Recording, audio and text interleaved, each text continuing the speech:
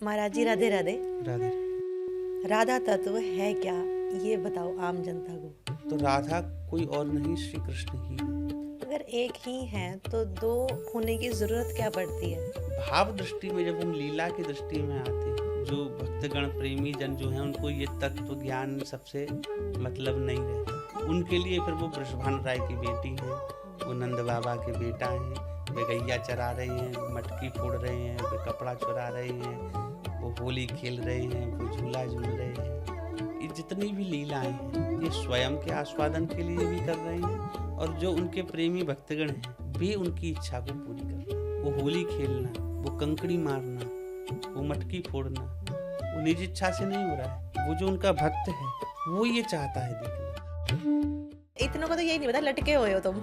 आप समझ रहे हो क्या कहना चाह रही हूँ? कहाँ तुलसी, कहाँ वो चीड़ का पेड़। हमने तुलसी दिवस मना के उस चीड़ के पेड़ को तुलसी के समकक्ष कर दिया। एक घटना आपको बताते हैं। वृंदावन में जिन्होंने गोविंद देव जी की मूर्ति को प्रकट किया, गोविंद देव को प्रकट किया, वे रूप गोस्वामी जी एक दिन साधना में बैठे हुए थे, समाधि में। ठाकुर जी की लीला का दर्शन कर रहे थे, तो उसको मानसी साधना कहते हैं। तो खुली आंखों से वो लीला साक्षात दिखने लगती है। कल को कलयुग आने पर ये बुद्धि का स्तर घटना ही है। कोई हमारी बात को इस तरीके से अर्थ में नहीं। पता है उन्होंने क्या किया? सारे ग्रंथ लिए, उनको समाधि कर दी। वृंदावन में ग्रंथ समाधि हुई, आपको विश्व में कहीं नहीं मिलेगी। भाव में बैठ कर के, भाव राज्य में पहुंच कर के उन लीलाओं का दर्शन करना, फिर उसको लिखना, फिर उस पर कमेंट्री करना, टीका करना, और फिर सब कुछ लिखने के बाद एक दिन मन में आकर इसका गलत यूज हो सकता है तो उसको दो। पर महाराज जी सही यूज भी तो हो सकता था। महाराज जी होपफुली लास्ट क्वेश्चन होगा, वृंदावन के बंदर इतने ट्रेंड कैसे हैं? गोस्वामी पुष्पांग जी की फैमिली वृंदावन के सबसे पुराने 7 मंदिरों में से एक श्री राधा रमन मंदिर में सेवा कर रही है। आज के पॉडकास्ट में हमने उनके साथ श्री राधा तत्व, श्री वृंदावन तत्व और श्री कृष्ण के बारे में काफी चीजें सीखी हैं। इस पॉडकास्ट में आपको वृंदावन के छोटे मोटे चमत्कार सुनने को नहीं मिलेंगे जो आपको बाकी जगह मिल रहे हैं। इस पॉडकास्ट में अगर आप इसको लास्ट तक देखोगे आपको उससे भी बहुत ज्यादा सीखने को मिलेगा, जो लॉन्ग टर्म में आपको आपकी लाइफ में हेल्प करेगा। आपका ज्यादा टाइम ना लेते हुए see you in the podcast. Radhe Radhe. Maharaj ji Radhe Radhe. Radhe. Thank you, आप आए, मुझे मौका दिया मैं आपके साथ बैठूं। कई चीज़ें तो मुझे अभी पॉडकास्ट स्टार्ट करने से पहले आपके बारे में पता लगी। हम वहीं से शुरू करेंगे, ठीक है? तो बात तो हमने मेन, हमें राधा तत्व के बारे में जानना है, बट एक बार आपके बारे में जानना चाहते हैं कि आपने बताया 500 साल से आपकी फैमिली सेवा कर रही है वृंदावन में। आप हमें वो बताओ और अपने बारे में चीज़ें बताओ कि आपकी पढ़ाई कैसे हुई और जो आप हो वो कैसे हो आप अभी आज के टाइम में। राधे राधे। हम श्री राधारमण मंदिर के सेवायत गोस्वामी परंपरा से आते हैं। श्री राधारमण लाल जी का जो मंदिर है वो वृंदावन में लगभग 500 वर्षों से विराजमान है। उनके विषय में 2-3 बातें बहुत अद्भुत हैं। प्रथम कि वो विग्रह किसी का बनाया हुआ नहीं है, वे शालिग्राम शिला से स्वयं प्रकट विग्रह है, स्वयंभू विग्रह। शालिग्राम शिला, उससे विग्रह निर्माण करना बहुत ही कठिन कार्य है, लगभग असंभव है। उससे विग्रह नहीं बनाए जा सकते आज भी। आज तो विज्ञान इतनी उन्नति कर चुका है, परंतु आज भी उसे संपूर्णता से विग्रह बनाना आज भी असंभव सा ही है। परंतु 500 वर्ष पूर्व की वह श्री विग्रह हैं जो स्वयं प्रकट हैं, उनको स्वयंभू कहा जाता है। वे अपने आप ही बने, और उनका जो लावण्य है, उनके जो मनोहर मूर्ति है, जो एक बार दर्शन कर ले वो फिर उनके हृदय पटल से, वो मानस से वो छवि दोबारा कभी हटती नहीं है। श्री राधारमण लाल जी का श्री विग्रह एकमात्र ऐसा विग्रह है जो वृंदावन में कतिपय आक्रमण हुए, मथुरा वृंदावन के ऊपर मुगल शासकों के हुए, कुछ लुटेरों के हुए। उन आक्रमणों में कई सारे देव विग्रह वृंदावन से सुरक्षा की दृष्टि से बाहर लेके जाए गए, और वे बाहर ही फिर बस गए। बाहर कहाँ पे? जैसे श्री गोविंद देव गए जयपुर, गोपीनाथ जी जयपुर में हैं, मदन मोहन जी भी जयपुर थे, फिर बाद में करौली आ गए। श्रीनाथ जी को गिरिराज जी से नाथ द्वारा ले जाया गया। हरदेव जी गोवर्धन से में हैं, उनको भी अन्यत्र स्थापित किया गया। ऐसे कई विग्रह, श्री दामोदर जी हैं, विनोदी लाल हैं, इस सब को राजस्थान में सुरक्षा की दृष्टि से रखा गया। राजस्थानी क्यों? राजस्थान में मुगलों का उनकी संधि थी, राजा मान सिंह सेनापति थे अकबर के, तो मुगल सीधे सीधे आक्रमण राजस्थान में नहीं कर सकते थे, विशेष करके आमेर में। जयपुर तो बाद में बना है, पहले आमेर था, तो आमेर में वे सब विग्रह सुरक्षित रूप से रहे। ये राजा मान सिंह और उनके परवर्ती जितने भी शासक रहे, उन्होंने उन देव विग्रहों की अपने प्राणपण से सुरक्षा की। तो ये सब विग्रह वहाँ गए।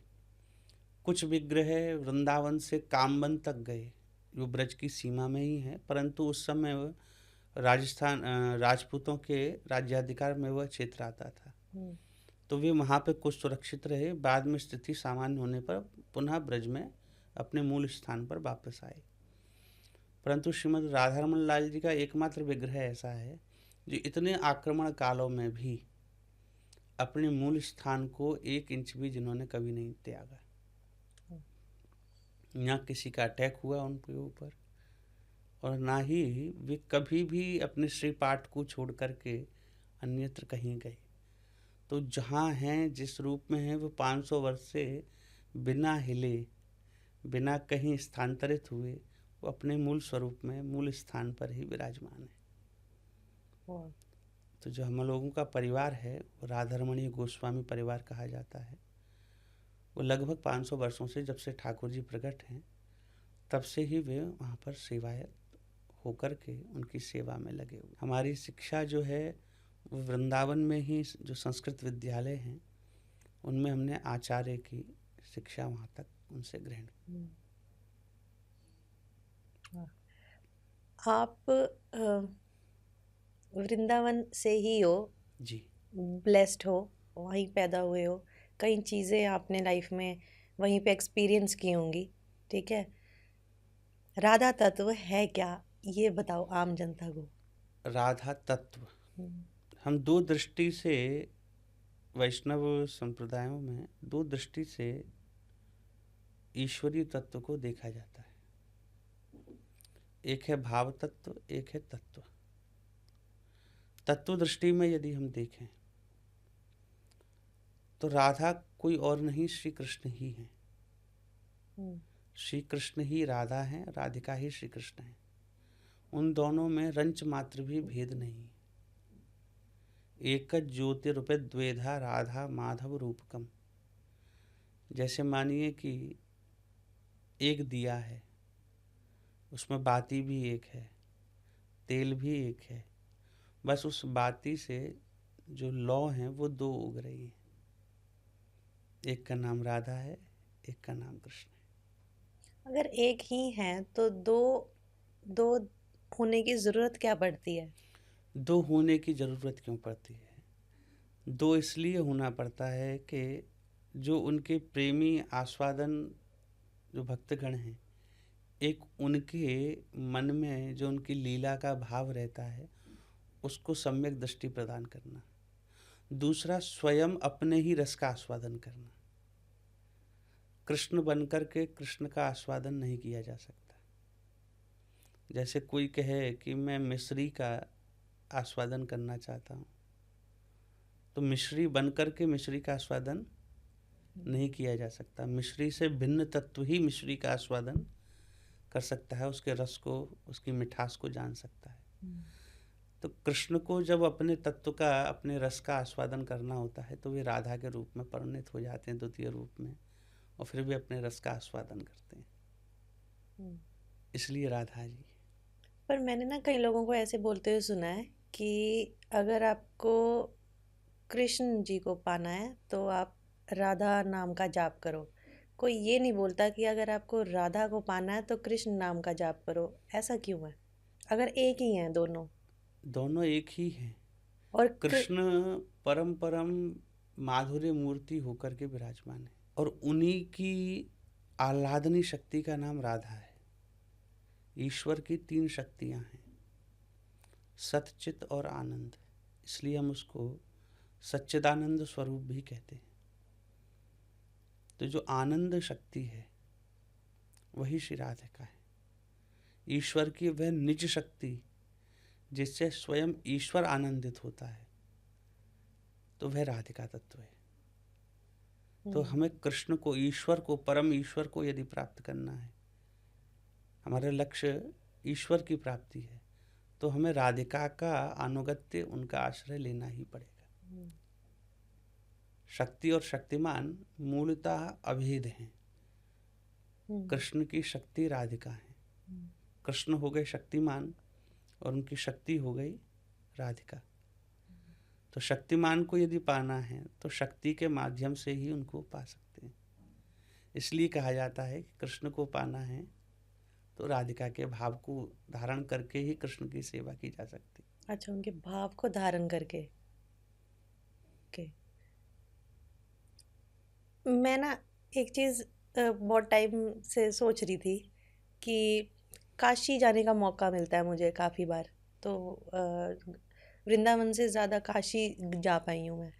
तो ये एक स्टोरी है प्रेम की कि शिवजी और पार्वती को भी मिलने के लिए कई साल लग गए थे। काफ़ी दुख था, काफ़ी दर्द, काफ़ी कुछ पेन था। अब राधा रानी की स्टोरी अगर आप कृष्ण जी के साथ देखते हो तो उसमें भी काफ़ी दुख है कि मिलने के लिए ही काफ़ी दुख है। तो ये चीज़ अभी आज के टाइम में लोगों को क्या दिखाती है कि क्या प्रेम पाने के लिए बहुत दुख आपको सहन करना पड़ेगा, या प्रेम नाम की कोई चीज़ ही नहीं है, क्योंकि उसमें डिटैचमेंट दिखा देते हैं।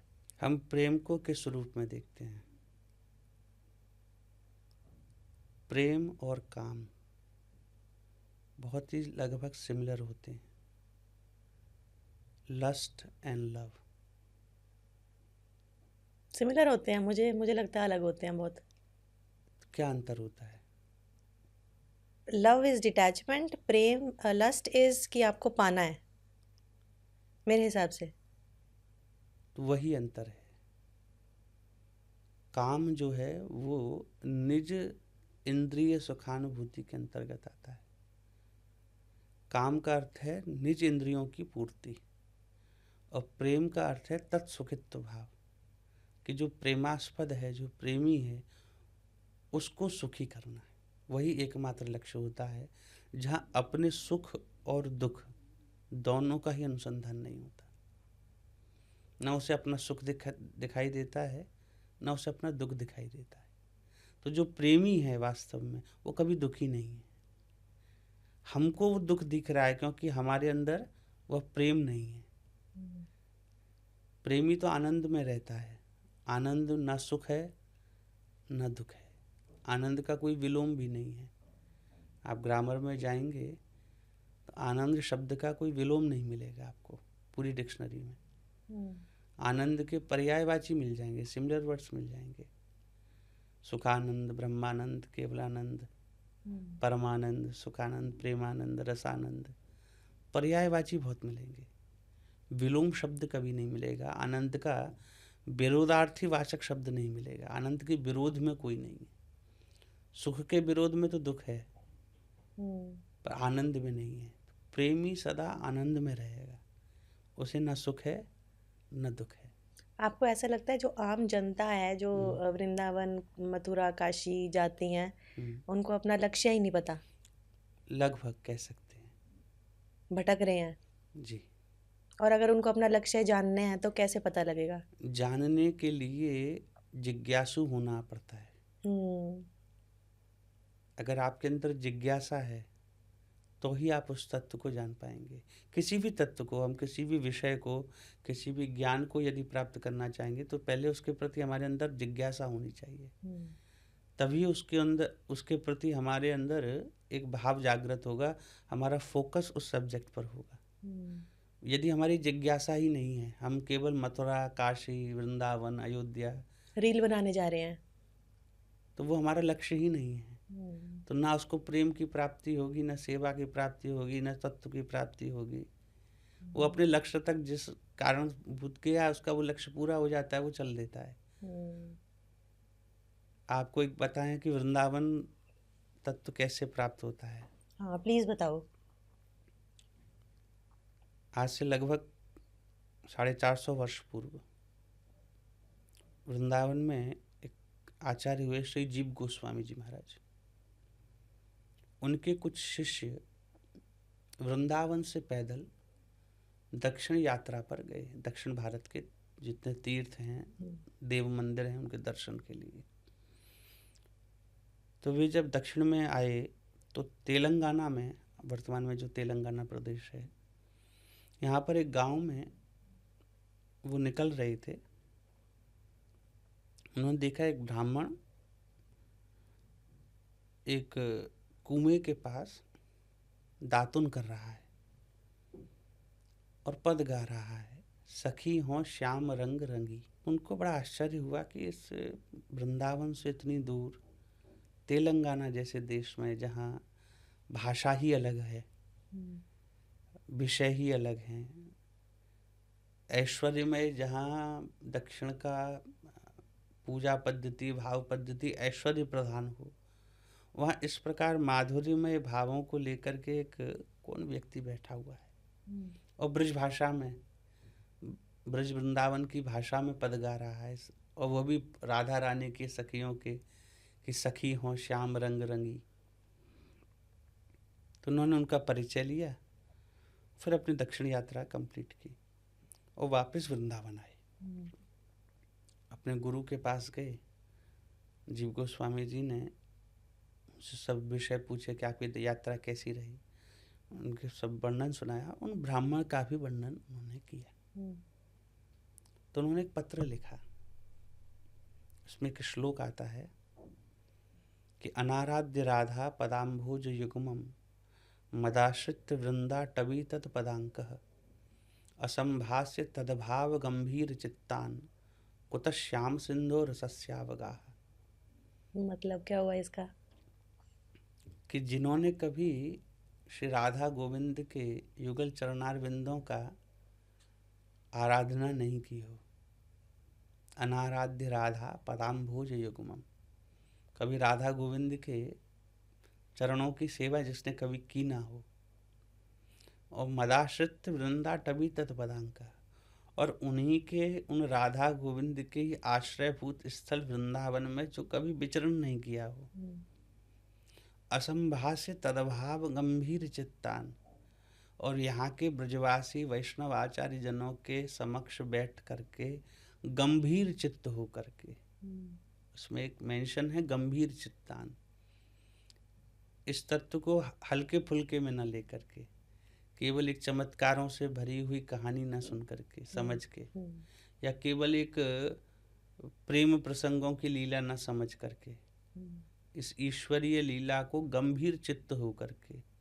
जिसने कभी सुना नहीं हो, पठन पाठन नहीं किया हो, वो कृष्ण नाम रूपी सिंधु में, सागर में कैसे डूब सकता है। और कहा कि ये वापस जाओ उन ब्राह्मण के पास। तो वे वापस तेलंगाना आए और वह पत्र उनको दिया, और जैसे ही उन्होंने वो पत्र पढ़ा, वे तुरंत पैदल पैदल पैदल पढ़ते ही वृंदावन की ओर चल दिए। उनका परिवार पीछे पीछे आया, और वह परिवार भी आज भी वृंदावन में। वाह। और आकर के उन्होंने फिर सब शास्त्रों का अध्ययन किया। तो आपने जो पूर्व में कहा कि जिज्ञासा, तो जिसके अंदर होगी वो तेलंगाना से भी पैदल चल के आ सकता है। जिसको ना रास्ता पता है, ना मैप है, पैदल चलना है, विषम परिस्थितियां हैं, उन राज्य विप्लव हो रहे हैं, कहीं कहीं युद्ध हो रहा है, कहीं जंगली जानवर हैं, उन सब विषम बाधाओं को पार करते हुए पूछते पाछते वो वृंदावन तक आ गए और फिर यहीं रहे, और उनका परिवार आज भी यहाँ है। आपने हमें बताया स्टार्ट करने से पहले, जैसे थोड़ी बात हुई थी, तो आपने बताया कि श्री राधा रमन मंदिर सबसे पुराने मंदिरों में से एक है। जी। 7 पुराने मंदिर बताए थे आपने। आप बताओगे कि ये 7 पुराने मंदिर आपस में कैसे अलग हैं और श्री राधा रमन मंदिर की स्टोरी क्या है? जो प्राचीन सप्त देवालय कहे जाते हैं उनमें श्री गोविंद देव, गोपीनाथ, मदन मोहन, राधा रमण, दामोदर, श्याम सुंदर और गोकुलानंद, ये प्राचीन सप्त देवालय कहे जाते हैं। इनमें श्री राधा रमण लाल जी, इनमें वस्तुता तत्वता कोई वही तत्व दृष्टि से देखें तो कोई भेद नहीं है, एक ही है। सब एक ही है। जितनी भी आपको कृष्ण मूर्ति मिलेंगी, चाहे वो मंदिर में हो या आपके घर में हो, तत्व दृष्टि में किसी में भेद नहीं है। सबके हाथ सीधे हाथी की तरफ बंसी बजाते हैं। कभी आपने कोई कृष्ण विग्रह उल्टी तरफ बाईं तरफ बंसी वादन करते नहीं देखा होगा। तो तत्व दृष्टि में सब एक ही हैं। अंतर जहाँ आता है वह है कि श्रीमद् वृंदावन में ये जितने भी स्वरूप हैं ये एक एक कुंज के स्वरूप है। हमारे यहाँ मंदिर नहीं कहते, हमारे यहाँ कहते हैं कुंज। कुंज की सेवा है, कुंज के ठाकुर हैं। तो सखियों की, राधा रानी की वृंदावन में अनेक अनेक कुंज हैं। तो जिस कुंज में जो लीला हो रही है उस कुंज के ठाकुर का नाम स्वरूप वैसा ही है। तो हर कुंज में अलग अलग लीलाएं हैं, अलग अलग भाव हैं। तो उन भावों और लीलाओं के अनुरूप वह स्वरूपों का श्री विग्रह का वहाँ पे वास है और उनकी लीलाएं, उनके नामकरण भी उसी आधार पे हुए। श्री राधा रमन लाल जी का जो चरित्र है, आपने श्री चैतन्य महाप्रभु का नाम सुना हो? नाम सुना। श्री चैतन्य महाप्रभु ने भी 2 यात्राएं बड़े बृहत रूप में की थी। एक है दक्षिण यात्रा, एक है वृंदावन यात्रा। 24 वर्ष की अवस्था में आपने सन्यास को ग्रहण किया और आप जगन्नाथपुरी आ गए। जगन्नाथपुरी ही आप वास करते हैं और वहाँ से आप दक्षिण के तीर्थों में दर्शन करने आए। तो जब वे दर्शन करते हुए तमिलनाडु में श्रीरंगम मंदिर है श्री रंगनाथ जी का, तो उन्होंने वहाँ पे दर्शन किया। वह दिन था आषाढ़ शुक्ल एकादशी का, जिसको हम देवशयनी एकादशी कहते हैं। तो वहाँ से चातुर्मास नियम प्रारंभ हो जाता है सन्यासियों के। वे 4 महीने तक आषाढ़ से लेके कार्तिक शुक्ल एकादशी, जिसको देवोत्थान एकादशी भी कहते हैं, वहाँ तक 4 महीने वो सन्यासी जिस जगह पर हैं देवशयनी पर, वो 4 महीने उसी स्थान पर रहते हैं। वो आगे ट्रैवल नहीं करते। ये सन्यासियों का नियम है, चातुर्मास नियम कहते हैं। तो वे उस दिन श्रीरंगम में थे। तो वहाँ के जो प्रधान अर्चक हैं श्री वेंकट भट्ट जी, उस समय उन्होंने महाप्रभु को अपने घर आमंत्रण किया कि आप 4 महीने मेरे घर ही रहिए। उनके एक पुत्र थे श्री गोपाल भट्ट गोस्वामी। उनके ऊपर महाप्रभु का बहुत प्रभाव हुआ और बहुत अनुरोध करने पर उन्होंने उन बालक को दीक्षा दी, अपना शिष्य बनाया। चैतन्य महाप्रभु ने जीवन में एक ही शिष्य बनाए, बाकी शिक्षा ज्ञान वो सबको दिया, पर दीक्षा जिसको मंत्र कहते हैं, गुरु शिष्य परंपरा जो है, वो एक ही को दी, वो गोपाल भट्ट गोस्वामी। और कहा कि जब तक आपके माता पिता हैं आप उनकी सेवा करेंगे और उनके जाने के बाद आप वृंदावन चले जाइएगा। जब आप वृंदावन पहुंच जाएंगे फिर आपको आगे के जो निर्देश हैं वो वहीं प्राप्त होंगे। और 4 महीने बाद महाप्रभु अन्य यात्राओं पे निकल गए और पुरी पहुंच गए। वे बड़े हुए, उनके माता पिता का श्री वैकुंठवास हुआ। उसके बाद वे वृंदावन पहुंचे। तो महाप्रभु के अन्य भक्त जो थे वे भी वृंदावन, उनको षड गोस्वामी कहा जाता है। 6 गोस्वामियों को, 6 महापुरुषों को महाप्रभु ने अपने पास से वृंदावन रहने के लिए भेजा कि आप लोग वृंदावन जाइए, ब्रज में रहिए और वहाँ के जो लुप्त लीला स्थल हो चुके हैं ठाकुर जी के, कृष्ण को गए 5000 वर्ष लगभग हो चुके थे। तो उस समय उनकी जो लीला स्थली थी वो सब दब चुकी थी, गायब हो गई थी। तो उनको पुनरुद्धार करना, उनको पता करना कि कौन सी लीला किस स्थान पे हुई है। उन्होंने कैसे पता किया होगा? उनका क्या प्रोसीजर क्या हुआ होगा, कैसे पता लगा होगा?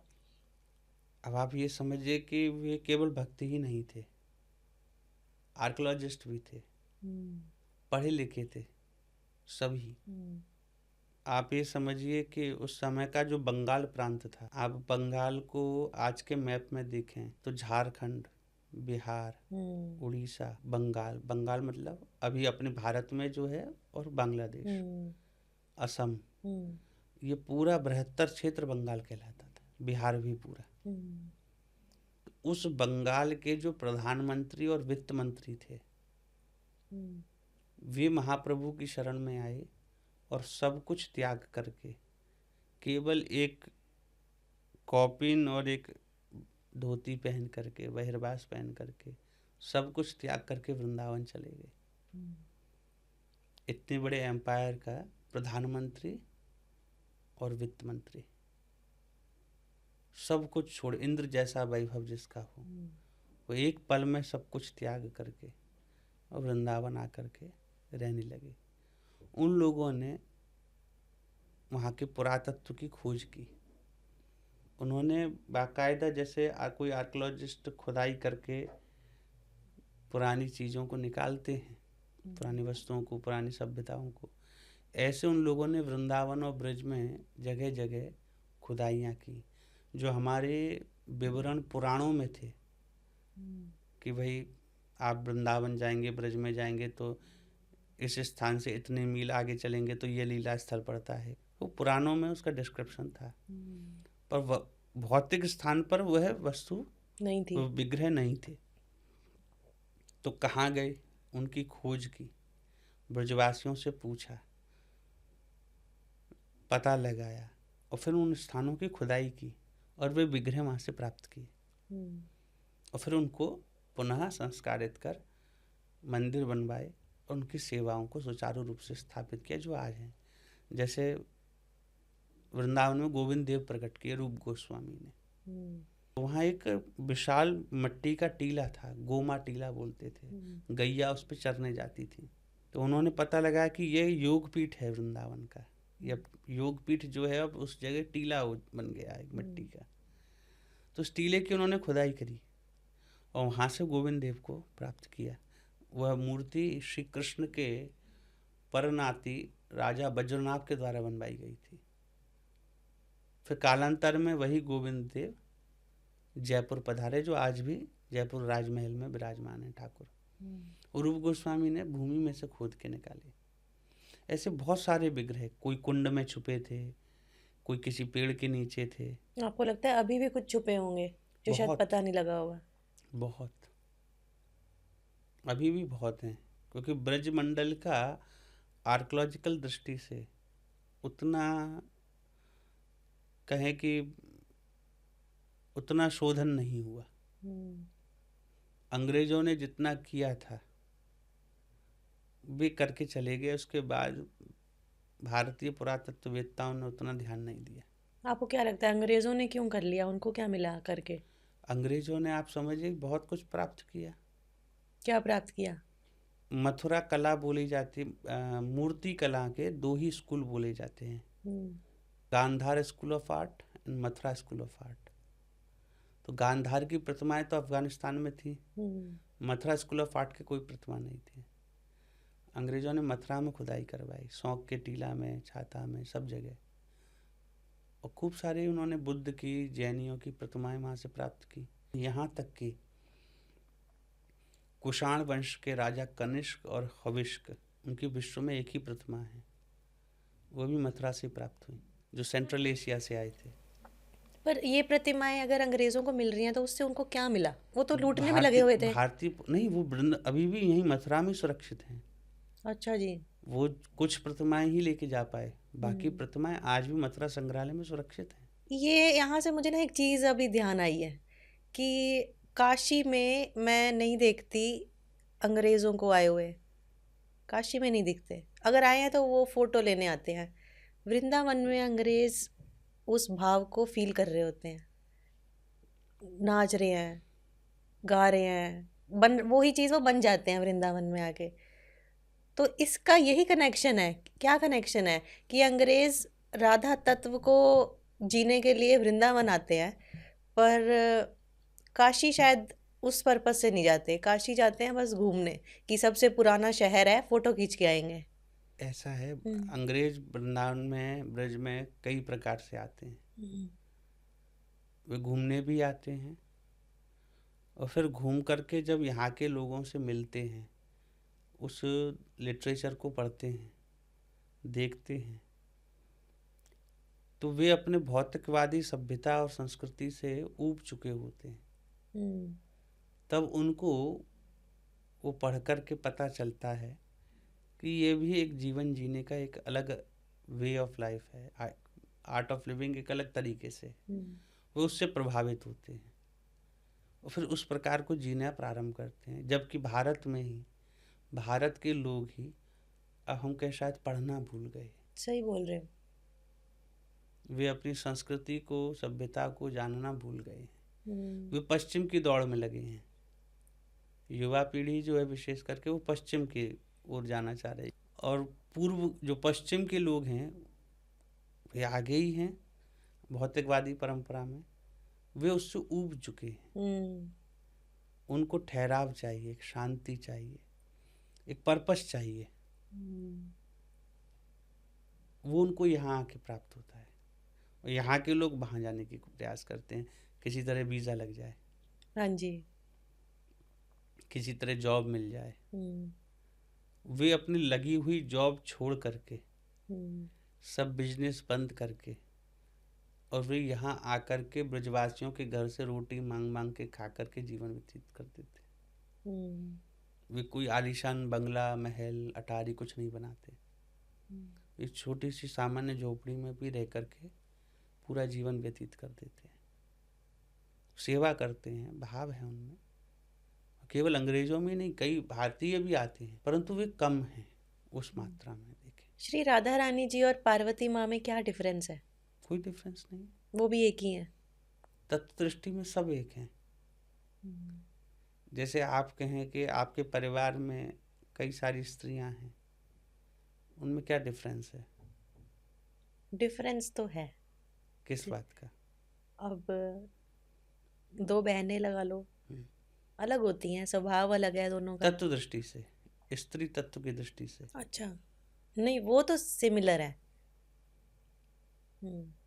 ऐसे ईश्वरीय तत्व भी देव दृष्टि से सिमिलर हैं। नाम अलग हैं, रोल अलग हैं, उनका लीला अलग है। जैसे एक ही घर में एक स्त्री माँ है, एक बहन है, एक बेटी है, सबके अपने अपने रोल हैं, पर तत्व दृष्टि से देखेंगे वे स्त्री हैं। ऐसे ही राधा हैं, लक्ष्मी हैं, शक्ति हैं, दुर्गा हैं, देवी हैं, पार्वती हैं। तत्व दृष्टि से वह एक ही है, शक्ति, आह्लादनी शक्ति। जिस तत्व से जुड़ी हुई है वह उसकी आह्लादनी शक्ति है, तो उनमें कोई भेद नहीं। हम उनको अपनी आराधना के स्वरूप से अलग अलग नाम, अलग अलग स्वरूप से जानते हैं, पर यदि तत्व दृष्टि में देखेंगे तो वे एक ही हैं। जैसे एक माँ, एक स्त्री पति के लिए पत्नी है, बेटे के लिए माँ है, भाई के लिए बहन है, जो बड़े हैं उनके लिए बहू है। स्त्री एक ही है, उसको सब लोग अलग अलग नाम से भी पुकारते हैं। कोई माँ कहता है, कोई बहन कहता है, कोई पत्नी कहता है, कोई बहू कह करके बुलाएगा, और सबके साथ उसके रोल अलग अलग डिफाइन है। सबको डीलिंग भी वो अलग अलग प्रकार से करती है।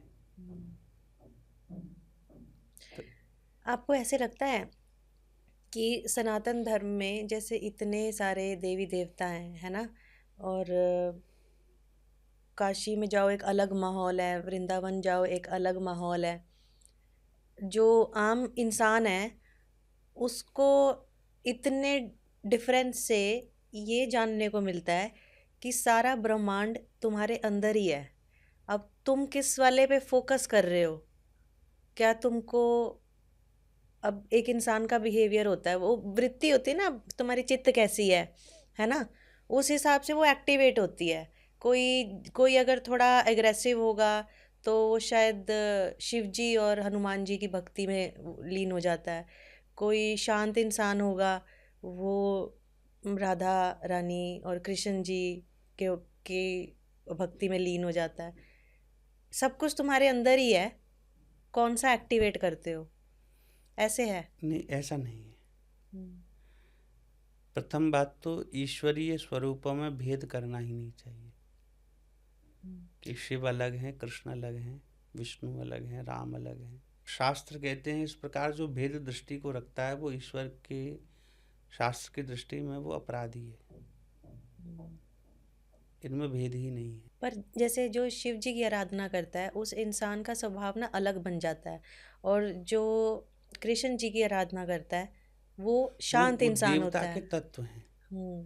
वो जिस स्वरूप की उपासना कर रहा हम्म। है उस स्वरूप भूत उसके अंदर गुण आएंगे ही, हम्म। वे आएंगे ही। और शिव की जो उपासना है वो अग्रेसिव होगी ये कहीं नहीं लिखा है। शिव तो परम शांत स्वरूप है। जो वास्तविक अर्थों में शिव की आराधना करता है वो तो परम परम शांत होगा। एग्रेसिव हो ही नहीं सकता वो एग्रेसिव। हाँ, क्योंकि शिव जी का भी एक रौद्र रूप है और विष्णु जी का भी तो नरसिंह रूप जो। सब उसको सभी शांत स्वरूप की प्रार्थना करके उपासना करते हैं, हम्म। और जो उग्र स्वरूप की भी उपासना करते हैं वे भी परम शांत ही होते हैं। तो ऐसा नहीं है। और वरन हमको प्रारंभिक दृष्टि में यही देखना चाहिए कि इन स्वरूपों में कोई भेद नहीं है। कृष्ण ही राम बन सकते हैं, कृष्ण ही नरसिंह हो सकते हैं, नरसिंह भी कृष्ण हो सकते हैं, नरसिंह भी राम हो सकते हैं।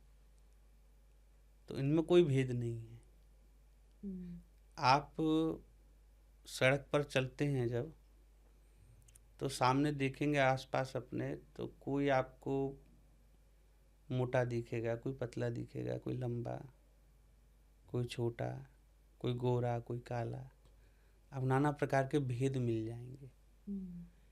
पर यही आप दृश्य 50 माले के ऊपर से देखिए, आप भेद नहीं कर पाएंगे। तो जो बहुत निम्न दृष्टि रखेगा वो इस प्रकार के भेद करेगा। और जो ऊंचाई से देख रहा है, जिसकी दृष्टि में संपूर्णता है, विशाल दृष्टि है, वो इस प्रकार के भेद कर ही नहीं पाएगा। उसके लिए सब एक जैसे ही दिखेंगे। महाराज जी, आपको ऐसा लगता है कि वृंदावन से बाहर रह के जो लोग घर गृहस्थी वाले लोग हैं वो लोग राधा तत्व की प्राप्ति कर सकते हैं? जैसे अब यहाँ पे हमारे स्टूडियो में है, सबकी रिस्पॉन्सिबिलिटीज़ हैं अपने घर की तरफ, सबको कमाई करनी है। तो अगर स्पिरिचुअलिटी या ये वाली बातें उनके साथ करने बैठो, उनके मन में आता है कि पहले कमाई तो कर लें, अपने घर के तो खर्चे पूरे कर दें, ये सब कैसे करेंगे ना हम साथ में, कि ये चीज़ें इंपॉर्टेंट है भैया, बस बातें करने की बातें हैं। बाहर के लोगों को ऐसे लगता है। एक बच्चे को मैं जानती हूँ, मेरे घर में ही है, मेरे कज़न का बेटा है, वो बहुत ज़्यादा वृंदावन की तरफ उसका झुकाव है, जाता रहता है, लड़ाई करके भी जाता है। अकेला बेटा है घर वालों का, उनको लगता है कि वो अपना रोज़मर्रा का अपना संभाले, काम धंधा देखे, संभाले, सीखे, घर संभाले। लड़कों को रिस्पॉन्सिबिलिटीज़ प्राइमरी हैं, घर संभाले। तो अब घर में उनके टिफ यही चलती रहती है कि इसका भाव कैसे हटाएं उधर से। तो मैं तो उनको ऐसे ही बोलती हूँ कि लकी हो तुम कि नेचुरली इसके अंदर ये चीज़ ऐसी है, इसको जाने दो। वो कहते हैं अकेला है, चला गया तो हमारे पास क्या रह जाएगा। इस चीज़ पे आप क्या बोलना चाहोगे? वृंदावन के अंदर रह के घर गृहस्थी आप साथ में कर सकते हो और राधा तत्व की प्राप्ति भी कर सकते हो, लेकिन बिल्कुल क्या वृंदावन के बाहर रह के ये चीज़ें हो सकती हैं? बिल्कुल बिल्कुल हो हमारे सकती है। स्टूडियो में हमारे कर सकते हैं सब लोग? बिल्कुल कर सकते हैं। कैसे कर सकते हैं? सामान्य दृष्टि से कर सकते हैं। वृंदावन में भी तो गृहस्थ लोग हैं, और जितने हम्म। देवालय हैं वो भी सब गृहस्थी हैं। मुझे लगता है वहाँ माहौल है एक ऐसा। अब ये स्टूडियो है, मैं यहाँ स्टूडियो में आके शूट करती हूँ, अपने घर में नहीं करती हूँ। एक माहौल है, मुझे लगता है एक सिस्टम होता है। काशी में जाती दुनिया बदल जाती है, वृंदावन में जब भी गई हूँ मुझे अलग ही जोन में चली गई मैं। एक सिस्टम होता है, जगह होती है, वहाँ पे रह के वो चीज़ें करनी ज़्यादा आसान है, बजाय कि अब हम दिल्ली में रह के उस वो करना चाहें, बहुत अलग है। हम आपको बहुत से उदाहरण दे सकते हैं जो वृंदावन से बाहर रह के भी जिन संतों ने या गृहस्थी लोगों ने आराधनाएं की हैं। हमको ऐसा लगता है कि हम एक कंफर्ट जोन में आप पहुंच जाते हैं, वृंदावन जाके कि वही सब तरफ ऐसा ही चल रहा है, वो हम घर में भी कर सकते हैं।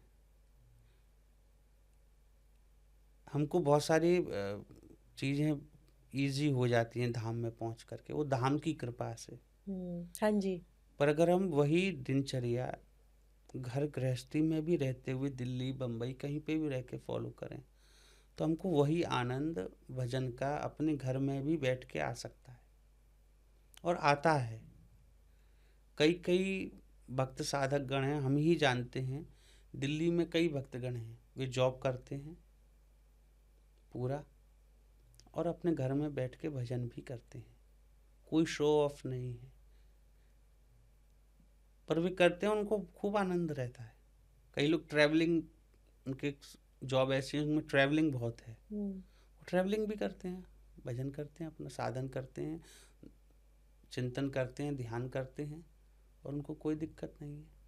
हमको वो चीज़ सीखनी चाहिए, और उस सीखने के लिए अंदर जिज्ञासा हो, और हमारे पास समय हो थोड़ा कि हम वहाँ जा कर के सही अधिकारी गुरुओं के पास बैठ के, वैष्णव जनों के पास बैठ करके उस चीज़ को सीखें। अब जैसे मैं कुछ नहीं जानती, ठीक है, अगर मैं वृंदावन आती हूँ तो मुझे कैसे पता लगे मैं कहाँ जाऊँ, किन से मैं सीख सकती हूँ, और कुछ भी नहीं पता मुझे, तो मैं कैसे ढूंढूं, किससे सीखूं?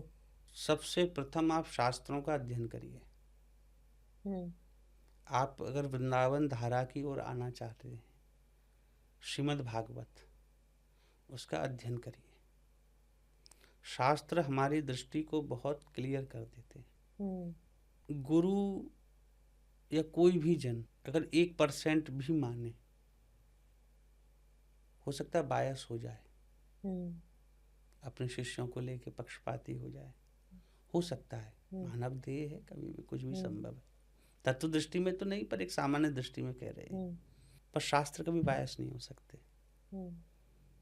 वे कभी किसी की स्वार्थ में आकर के उनको उनकी जैसा प्रेरणा नहीं दे सकते।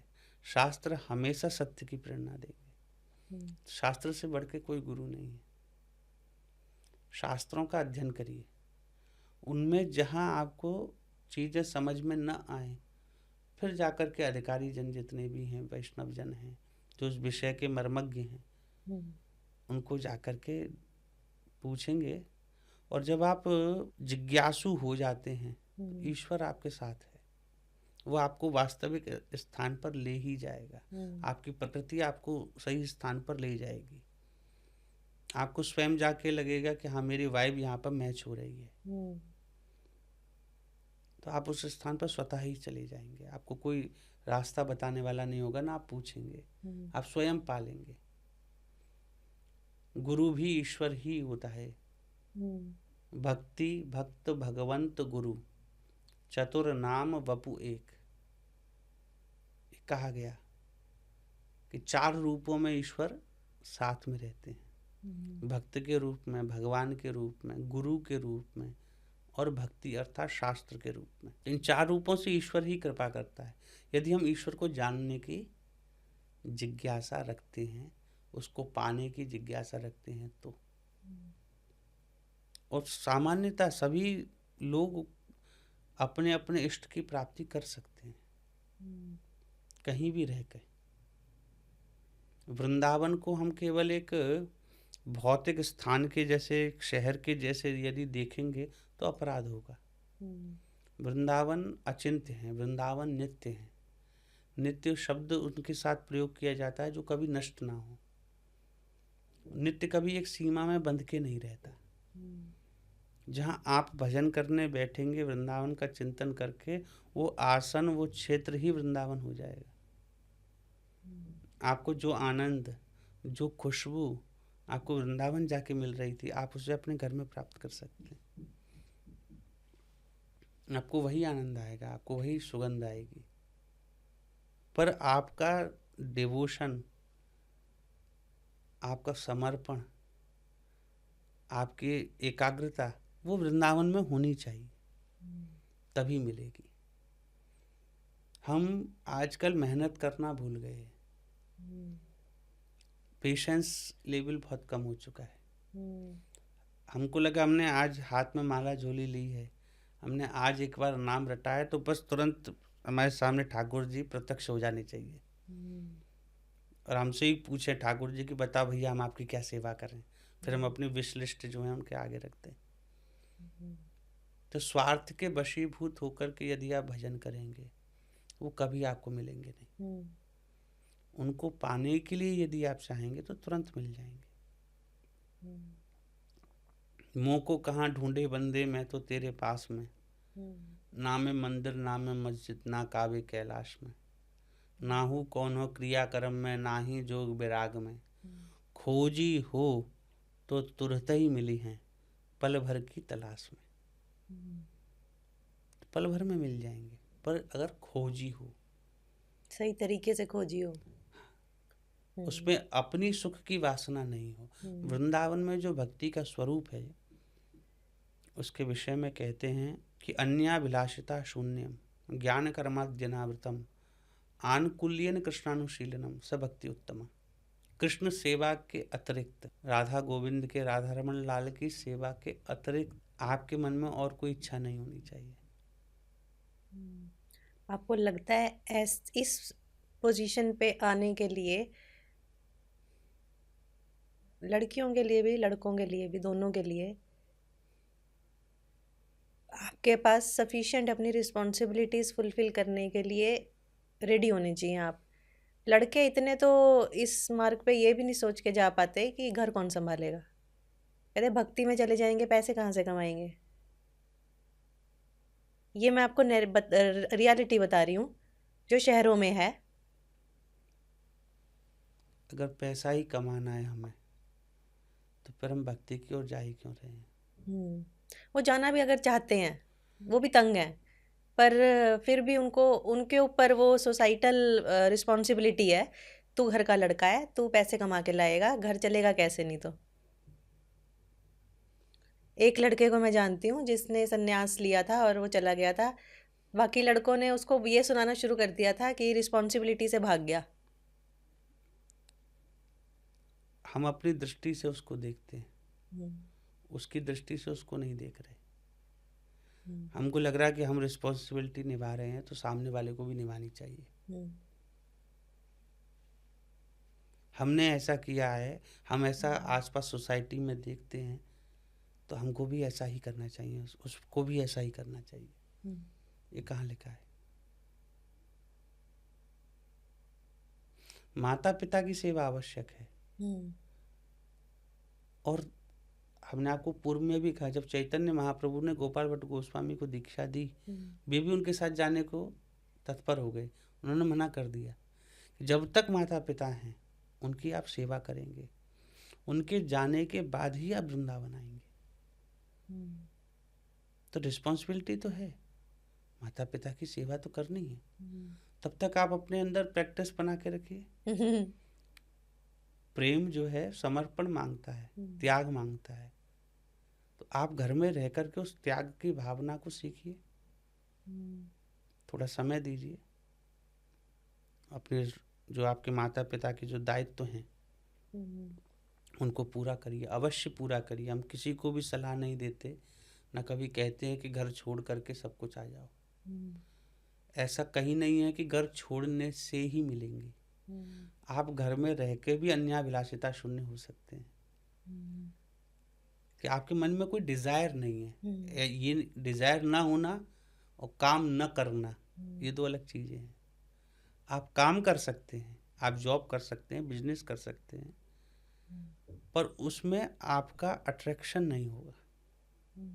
वो आपकी एक ड्यूटी है, आप ड्यूटी पूरी कर रहे हैं।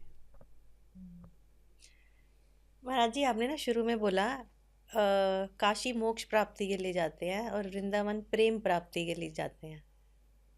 मोक्ष प्राप्ति और प्रेम प्राप्ति क्या अलग हैं? हाँ।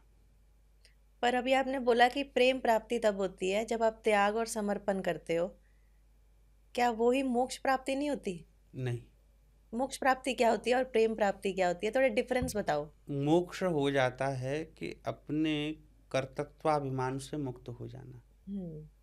तो माता पिता की अगर आपने सेवा कर ली पूरे अच्छे से, ठीक है, और नेचुरल जो है कि सबको जाना है, एक टाइम है, आपकी हो गई ड्यूटी पूरी, तो आप उससे मुक्त हो गए ना, मोक्ष प्राप्ति होगी। आप उस ड्यूटी से मुक्त हुए ना। अच्छा जी। हम्म। जो आपने अभी बात कही कि आपके हम्म। माता पिता हैं, आपने उनकी पूरी सेवा की, हम्म। उनके जाने के बाद तो आप माता पिता की सेवा से हम्म। मुक्त हुए कि नहीं? हम्म। हम्म। जैसे आप ये पॉडकास्ट कर रहे हैं, हम्म। पॉडकास्ट करने के बाद आप इस व्यवस्था से मुक्त होंगे कि नहीं? मैं तो कहती हूँ भगवान करे बहुत बड़ा हो जाए, मुक्ति ना हो, चलता रहे। नहीं, एक सामान्य दृष्टि से हम्म। देखें तो आपका एक समय निर्धारित है। पर काशी की मोक्ष प्राप्ति तो अलग है ना। नहीं, वही आपको समझा रहे हैं। हम्म।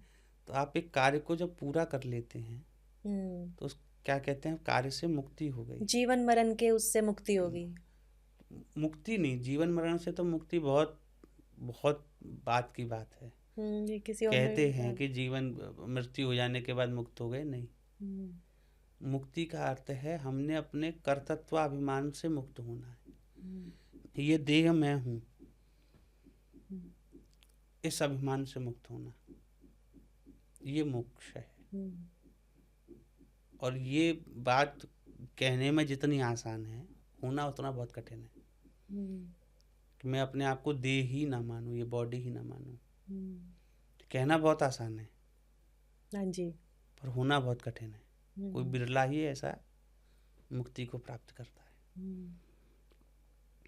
और जो योगी गण जो ध्यान करते हैं कि मैं ही ब्रह्म हूँ, मैं देह नहीं हूँ, मैं ईश्वर हूँ या ईश्वर के सन्निकट हूँ, तो वो इस प्रकार ध्यान करते हुए अनेक जन्म के बाद वे कहीं उस साधना में मोक्ष को प्राप्त करते हैं, उस अवस्था को प्राप्त करते हैं। वह भी 5 प्रकार की है। सालोक्य, सामीप्य, सारूप्य, साष्ट्रीय और साकत्व।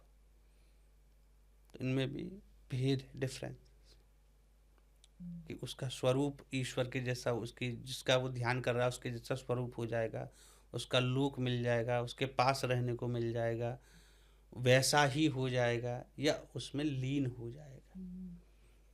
तो ये पंचधा मुक्ति कहलाती है। प्रेम उससे बढ़कर के या उससे अलग इसलिए है कि प्रेमी लोग जो हैं वो मोक्ष नहीं चाहते। मोक्ष में, मुक्ति में वैसा ही हो जाना या उसमें लीन हो जाना, उसी में अंतर जाके अंतर्हित होकर के एक हो जाना। तो प्रेमी जन उस बात को ठीक नहीं मानते। यहाँ तक कि वृंदावन के आचार्यों ने तो मोक्ष की कामना के लिए कहा, भुक्ति मुक्ति स्पृहा यावत पिशाची हृदय वर्तते। हे ठाकुर जी, हे राधा रानी, मुझ पे कृपा करो, मैं बड़ा ही अधम हूँ, मैं बड़ा फंसा हुआ हूँ। अभी तक मुक्ति की कामना, भोग की कामना, भोग और मुक्ति, इसकी कामना मेरे हृदय में पिशाची के रूप में बैठी हुई है। जैसे कोई भूतनी पीछे लग जाए, ऐसे मोक्ष की कामना मेरे पीछे लगी हुई है, आप मुझे उससे निकालिए। भुक्ति मुक्ति स्पृहा यावत पिशाची हृदय वर्तते। मतलब जिसको राधा तत्व की प्राप्ति हो गई, उसे मोक्ष की कोई वो नहीं रह जाएगी। वृंदावन तत्व जिसको प्राप्त हो गया, राधा तत्व का अर्थ हो गया राधा रानी जैसा, वो कोई नहीं हो सकता, कोई भी नहीं हो सकता, क्योंकि राधिका अलग तत्व नहीं है, कोई एक मूड नहीं है, वो श्री कृष्ण की आह्लादनी शक्ति हैं, वो श्री कृष्ण की पावर हैं, उन जैसा कोई दूसरा हो नहीं सकता, वो कृष्ण ही हो सकते हैं। अब आप कहें कि हम ही कृष्ण बन जाएं तो संभव नहीं है। राधा कोई बन नहीं सकता, राधा कोई स्टेज नहीं है, राधा कोई एक पद नहीं है, वो शक्ति है कृष्ण की। कृष्ण ही राधा है, राधा ही कृष्ण है, तो कोई राधा नहीं बन सकता। राधा के जैसा भाव, उनके अनुगत्य सखी मंजरी जो हैं, उनकी सेवा करते हुए वे जैसे कृष्ण राधिका बनकर के अपने रस का आस्वादन राधिका के भाव से करते हैं। इस बात को और सरल तरीके से आपको बताएं। एक हलवाई के दुकान पे रसगुल्ले की चाशनी तैयार हो रही थी। चाशनी जानते हैं ना, चीनी की। हाँ जी। तो जब गर्म होती है ना तो उसमें से धुआं नहीं निकलता है, पता नहीं चलता है कि गर्म है कि ठंडी है। तो वो उसको चला करके हलवाई काम से चला गया। दो चींटा, चींटा जानते हैं, काले काले से होते हैं, वो आसपास थोड़ा थोड़ा मीठा चखते हुए कढ़ाई के पास पहुंच गए किनारे पे, और जो किनारे पे मीठा लगा था उसको खा रहे थे। दोनों में से एक बोला कि तो किनारे पे इतना मीठा है तो बीच में कितना मीठा होगा। दूसरे ने समझाया कि जो किनारे पे है वही बीच में है। तत्व दृष्टि में, मिठास की दृष्टि में कोई अंतर नहीं है। जो किनारे का जितना मीठा है उतना ही मीठा बीच में होगा। पर उसको लगा नहीं, परिमाण ज्यादा है, बीज का प्राप्ति करने के लिए बहुत गर्म है, परिमाण ज्यादा है उसका, बेस ज्यादा है, उसकी क्वांटिटी ज्यादा है। तो उसके मन में आया कि नहीं, बीच वाला ज्यादा मीठा होगा क्योंकि वहां बहुत सारा मीठा है। वो बीच में डूब जाता है। इतने में हलवाई आया, उसने फिर से कौन सा चलाया। अब वो चीटा चाशनी बन चुका है। अब वो चाशनी का सुख नहीं ले सकता। अब ले कौन रहा है? जो किनारे पे खड़ा है। तो हम राधिका के जैसा यदि बनना चाहेंगे तो राधिका का कि जैसी जो उनकी सेवा और भाव और आस्वादन राधा रानी कर रही हैं वैसा हम नहीं कर सकते। राधिका के अनुगत जो सखी हैं उनके अनुगत अपने आप को मानते हुए वो सेवा का आनंद। हमारे यहाँ प्रेम और सेवा एक ही तत्व के दो नाम हैं। सेवा ही प्रेम है और प्रेम ही सेवा है। क्या समझाया है। तो सेवा और प्रेम में कोई अंतर नहीं है। आप एक ही क्रिया के दो नाम अलग अलग कह सकते हैं, एक दार्शनिक दृष्टि में, एक कायिक दृष्टि में। सेवा ही प्रेम है और प्रेम ही सेवा है। तो राधा रानी प्रेम मूर्ति कही जाती हैं, सेवा मूर्ति भी वही। तो सेवा उस दृष्टि से, जैसे राधा रानी अपने भाव से, उनको कोई और, उनके मन में कोई और अभिलाषा नहीं है, अन्य अभिलाषिता शून्य। उनके अंदर कोई ज्ञान, कोई कर्म, कोई बात ऐसी नहीं है। उनका एक ही लक्ष्य है, आनुकूल्येन कृष्णानुशीलनम, श्री कृष्ण के अनुकूल होकर के उनकी सेवा करना। शक्ति शक्तिमान के अधीन होकर के उस शक्तिमान को सुख पहुंचा रही है। और वह शक्ति शक्तिमान से भिन्न भी नहीं है। वस्तुतः शक्तिमान ही शक्ति के स्वरूप में है। ईश्वर के जैसा कोई और नहीं हो सकता। स एक एव, वो एक ही है, उसके जैसा कोई दूसरा नहीं है, इसलिए उसको अद्वितीय कहते हैं। अद्वितीय, उसके जैसा दूसरा नहीं है। तो कृष्ण के जैसी राधा नहीं है, राधिका के जैसे कृष्ण नहीं है। कृष्ण ही राधा है, राधा ही कृष्ण है, उनके जैसा दूसरा नहीं हो सकता। तो तत्व दृष्टि में कृष्ण ही राधिका है, राधिका ही कृष्ण है। भाव दृष्टि में जब हम लीला की दृष्टि में आते हैं, जो भक्तगण प्रेमी जन जो हैं उनको ये तत्व ज्ञान सबसे मतलब नहीं रहता है। उनके लिए फिर वो बृषभानु राय की बेटी हैं, वो नंद बाबा के बेटा हैं, वे गैया चरा रहे हैं, वे मटकी फोड़ रहे हैं, वे कपड़ा चुरा रहे हैं, वो होली खेल रहे हैं, वो झूला झूल रहे हैं। ये जितनी भी लीलाएं हैं ये स्वयं के आस्वादन के लिए भी कर रहे हैं, और जो उनके प्रेमी भक्तगण हैं वे उनकी इच्छा को पूरी कर रहे हैं। वो होली खेलना, वो कंकड़ी मारना, वो मटकी फोड़ना, वो निज इच्छा से नहीं हो रहा है। वो जो उनका भक्त है वो ये चाहता है देखना। तो प्रेम का ये स्तर समझिए कि वो लीला भी अपने लिए नहीं कर रहे, अपने सुख के लिए नहीं कर रहे, वो लीला भी दूसरे के सुख के लिए कर रहे। तो ये प्रेम है। महाराज जी, लोग ना इंटरनेट पे अपनी स्टोरीज सुनाते हैं कि मैं वृंदावन गया, मैंने कुछ मांगा, मुझे किसी लड़की ने आके दे दिया, फिर मैंने मांगा किसी लड़के ने आके दे दिया। तो वो ऐसे बोलते हैं कि वो लड़की राधा रानी थी, वो लड़का कृष्ण जी थे राधा। हाँ, तो ऐसे मतलब कई लोग ऐसे स्टोरीज सुना रहे हैं और अभी बहुत ज़्यादा चल भी रही हैं। अब मैं ये सोचती हूँ कि ये चल रही हैं तो सुना रहे हैं या सच में हुआ है इनके साथ। आप किस्मत वाले हो, वहीं पैदा हुए हो आप। मुझे मुझे सच में लगता है किस्मत वाले हो। तो क्या आपने चमत्कार देखे हैं? आप तो वहीं के हो। हमने आपको इस विषय में पूर्व में भी निवेदन किया था हाँ जी। रहीमदास जी के माध्यम से हम्म। कि रहीमन बात अगम की, हम्म। कहन सुनन की नाहि, जो जाने सो कहे नहीं, जो कहे सो जाने नाहि। जो बोल रहा है इसका मतलब वो जानता नहीं, हाँ जी। और जो जानता है वो बोलता नहीं है। मैंने तभी आपसे ये दोबारा पूछा है ताकि आप ये बात दोबारा बोल सको कैमरा पे, क्योंकि अ, मुझे भी ऐसा लगता है कि ऐसे एक्सपीरियंसेस आपको अगर होते भी हैं ना तो बहुत। आपको एक आम दिया जाए, हम्म। आप उस आम को खाएं, वो बहुत मीठा हो, या गदाधर दास जी एक हमारे गदाधर भट्ट जी हुए जिनकी हमने आपको कथा सुनाई, जो तेलंगाना से हाँ आए, जी। उनका नाम श्री गदाधर भट्ट जी। श्री गदाधर भट्ट जी उसी पद के अंत में लिखते हैं कि मैं यह जो रस गा रहा हूँ, मैं इसको पूरी तरीके से गा नहीं पा रहा हूँ, सही तरीके से बता नहीं पा रहा हूँ। क्यों? कैसे को कही जात गदाधर, गूंगे को गुरु स्वाद। आप किसी गूंगे व्यक्ति को मीठा आम दो, गुड़ दो, और वो उसको खाए, फिर उससे पूछो बताओ कैसा लगा, तो वो क्या कर सकता है? क्या बता सकता है वो? नहीं। तो जो बता रहा है उसने गुड़ खाया नहीं है, जो खा लेता है वो गूंगा हो जाता है, क्योंकि उस अनिवर्चनीय आनंद को जिसने प्राप्त किया है। भाषा की 4 स्तर होते हैं, परा, पश्यंती, मध्यमा और बैखरी।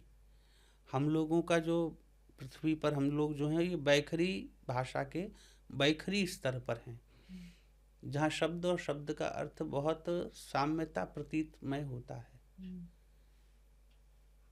पर एग्जैक्ट नहीं होता।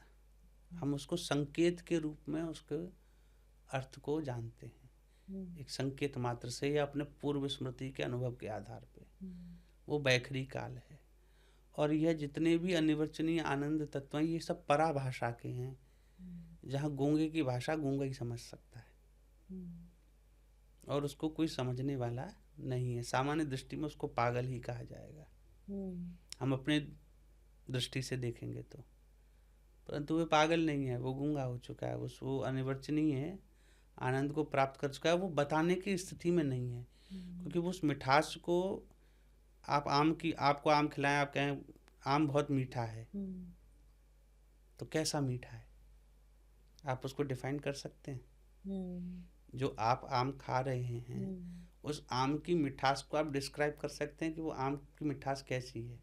मीठा है बस। आप ये कहेंगे कि भाई ये दूसरा आम तुम खाओ, मिठास को जान लो। हम इतना संकेत कर सकते हैं कि आम मीठा है। कितना मीठा है, मीठे के भी अलग अलग भेद हैं, कौन सा वाला मीठा है, कैसा है, वो बताया नहीं जा सकता। दूसरा आम दिया जा सकता है कि भैया ये लो, खुद खा के देख लो। जो कहे कि नहीं आम का मिठास ऐसी है ऐसी है, इसका अर्थ उसने आम खाया नहीं, किताबों में देखा है। वो बहुत अच्छा लग रहा है मुझे। महाराज जी, वृंदावन, मथुरा, बरसाना, तीनों जगह के भाव में क्या डिफरेंस है? मथुरा की जो दृष्टि है, मथुरा ब्रज की पौरी है, देहल है, घर की चौखट जैसे होती है, ना घर के अंदर है ना घर के बाहर है। तो मथुरा की स्थिति तो वो है, और बाकी वृंदावन बरसाना एक ही है, उनमें कोई अंतर नहीं। ब्रज में कहीं पे भी अंतर नहीं है। दो जगह में कहते हैं ना कि आपस में शादियां नहीं होती। नंदगांव और बरसाना में नहीं होती। क्यों नहीं होती? अभी भी क्यों नहीं होती? चलती नहीं है वो? गांव की इस बात को देखने के लिए हमको ग्रामीण सनातन संस्कृति से अपने भारतवर्ष की जो ग्रामीण परंपराएं हैं उनका अवलोकन करना होगा। पुराने समय में जब किसी गांव से किसी का संबंध हो जाता है, आपने कहावत सुनी होगी, एक का जमाई गांव भर का जमाई। पुराने समय में यदि कोई हमारे घर में कोई मेहमान आया है, कोई रिश्तेदार आया है, तो वो पूरे मोहल्ले का रिश्तेदार है। सब लोग आएंगे, उसको तिलक भी करेंगे, उसको पैसे भी देंगे, मिठाई भी देंगे, हालचाल भी पूछेंगे, अपने घर भी बुलाएंगे, उसको भोजन भी कराएंगे, जबकि उनका उनसे कोई डायरेक्ट रिलेशन नहीं है। पर गांव में आज भी होता है ये परंपरा। तो वो उसी बात को, एक सामान्य जो ग्रामीण परिवेश के जो नियम है, उसको आज भी वो लोग फॉलो कर रहे हैं कि एक बार विवाह हो चुका है तो अब तो हम संबंधी हो गए, एक परिवार में हो गए, तो फिर परिवार में आपस में विवाह दोबारा कैसे होगा?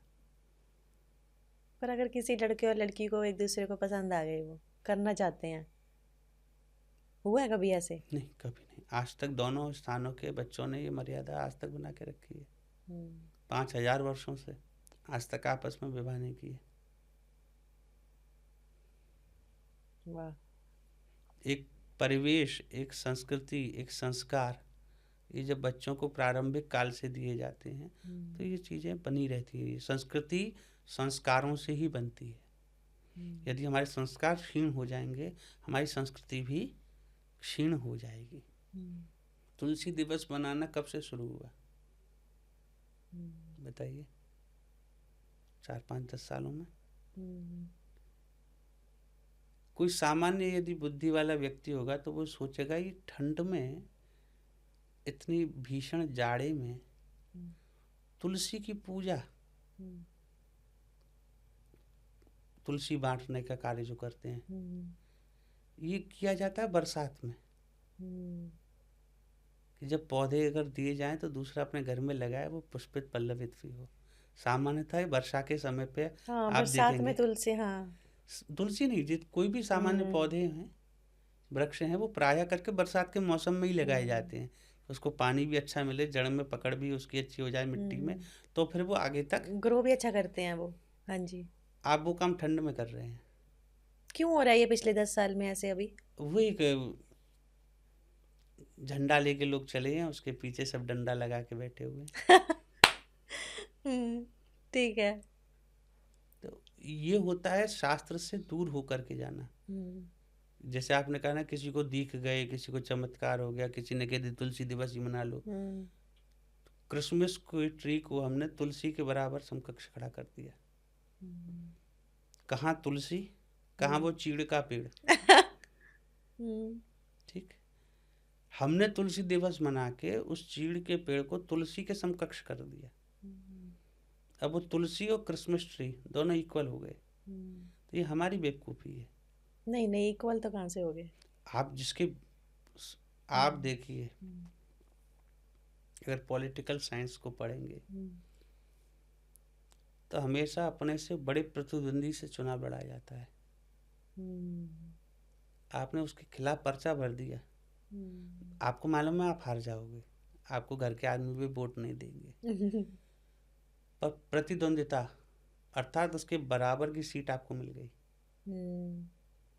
आपका ग्राफ तुरंत बड़ा हो गया कि ये तो उसके खिलाफ चुनाव लड़ रहा है। मतलब क्या बात बताइए, वाह। कहाँ तुलसी, कहाँ चीड़ का पेड़, आपने उसको उसके बगल में खड़ा करके तुलसी के मान को घटा दिया। तुलसी का पूजन तो कार्तिक में होता है, वृंदा पूजन कार्तिक में होता है। कार्तिक की देवोत्थान एकादशी के दिन तुलसी शालग्राम विवाह की पूजा होती है। उस समय कितने लोग तुलसी पूजन कराते हैं, वृंदा पूजन कराते हैं, क्योंकि हमें क्रिसमस का विरोध करना है, इसलिए हमको कुछ नहीं मिला कोई, तो तुलसी पूजन हमने शुरू कर दिया। उसको कोई अर्थ नहीं है, वो किसी तरीके से मेल नहीं खा रहा है, आप बेमेल को संग बैठा रहे हो। अगर आपको क्रिसमस के दिन ही कुछ करना था तो आप वृक्षों को ही लेके यदि करना था, वृक्ष के संवर्धन पे जोर देते और सभी वृक्षों पर देते। आपने एक पर्टिकुलर किसी को चुना, उसकी महत्ता को आपने कम कर दिया। और भी कार्य हो सकते हैं, और हम क्रिसमस को उसके यदि विरोध में जाएंगे, इनडायरेक्टली हम उसको सपोर्ट ही कर रहे हैं। हाँ, सही बात है।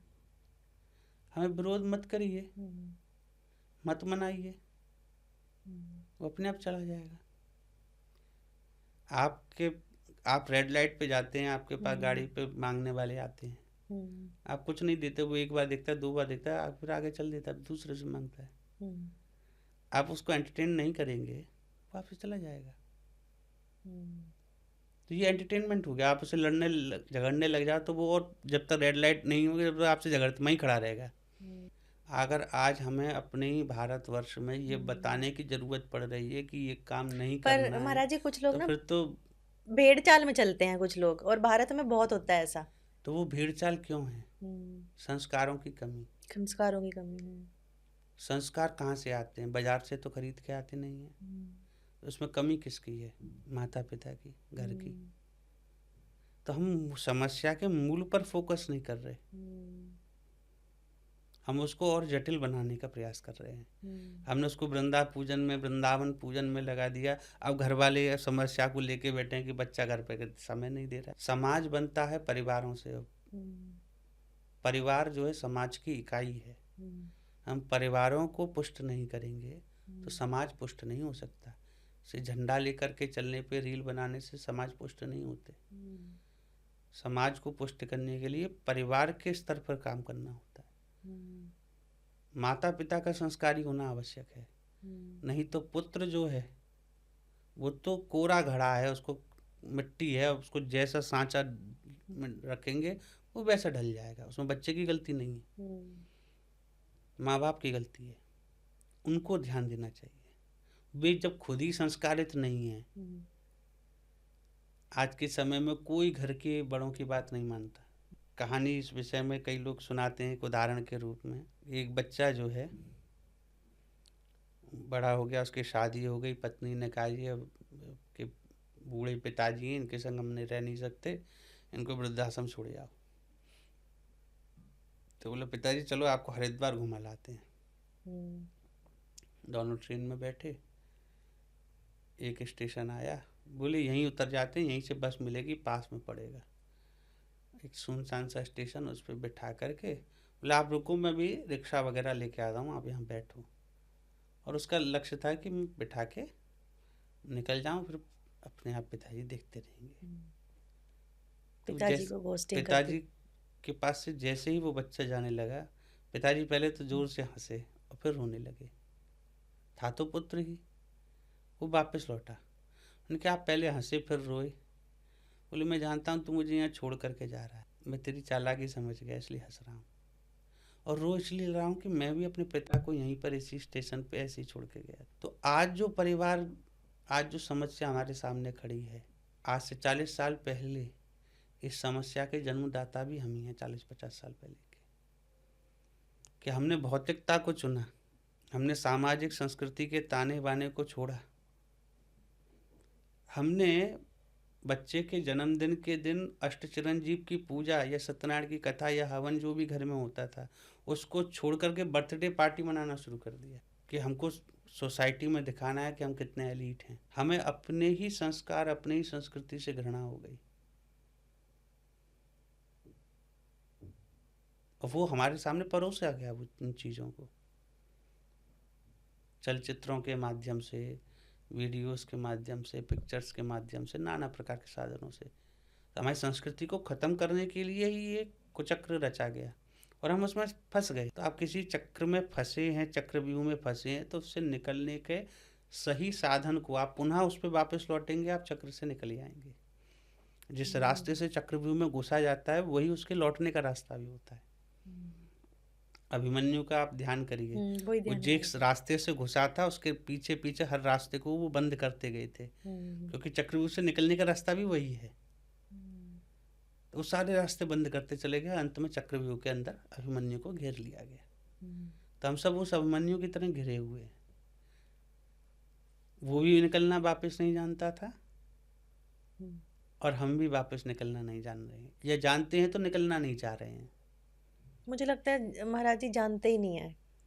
क्यूरियोसिटी है सब में कि निकलना कैसे है, पर जानते नहीं है कैसे निकलना है। बस तभी मैंने आपसे पूछा था कि शुरुआत कैसे को एक करो। जंगल में एक आदमी जा रहा है, भागवत के बहुत शुरुआत में ये प्रमाण दिया जाता है, बहुत स्टार्टिंग में। एक व्यक्ति एक जंगल में जा रहा है, अंधेरा जंगल है, घनी रात है, ठोकर खा के कुएं में गिरता है, कुआं भी सूखा हुआ है, पानी नहीं है।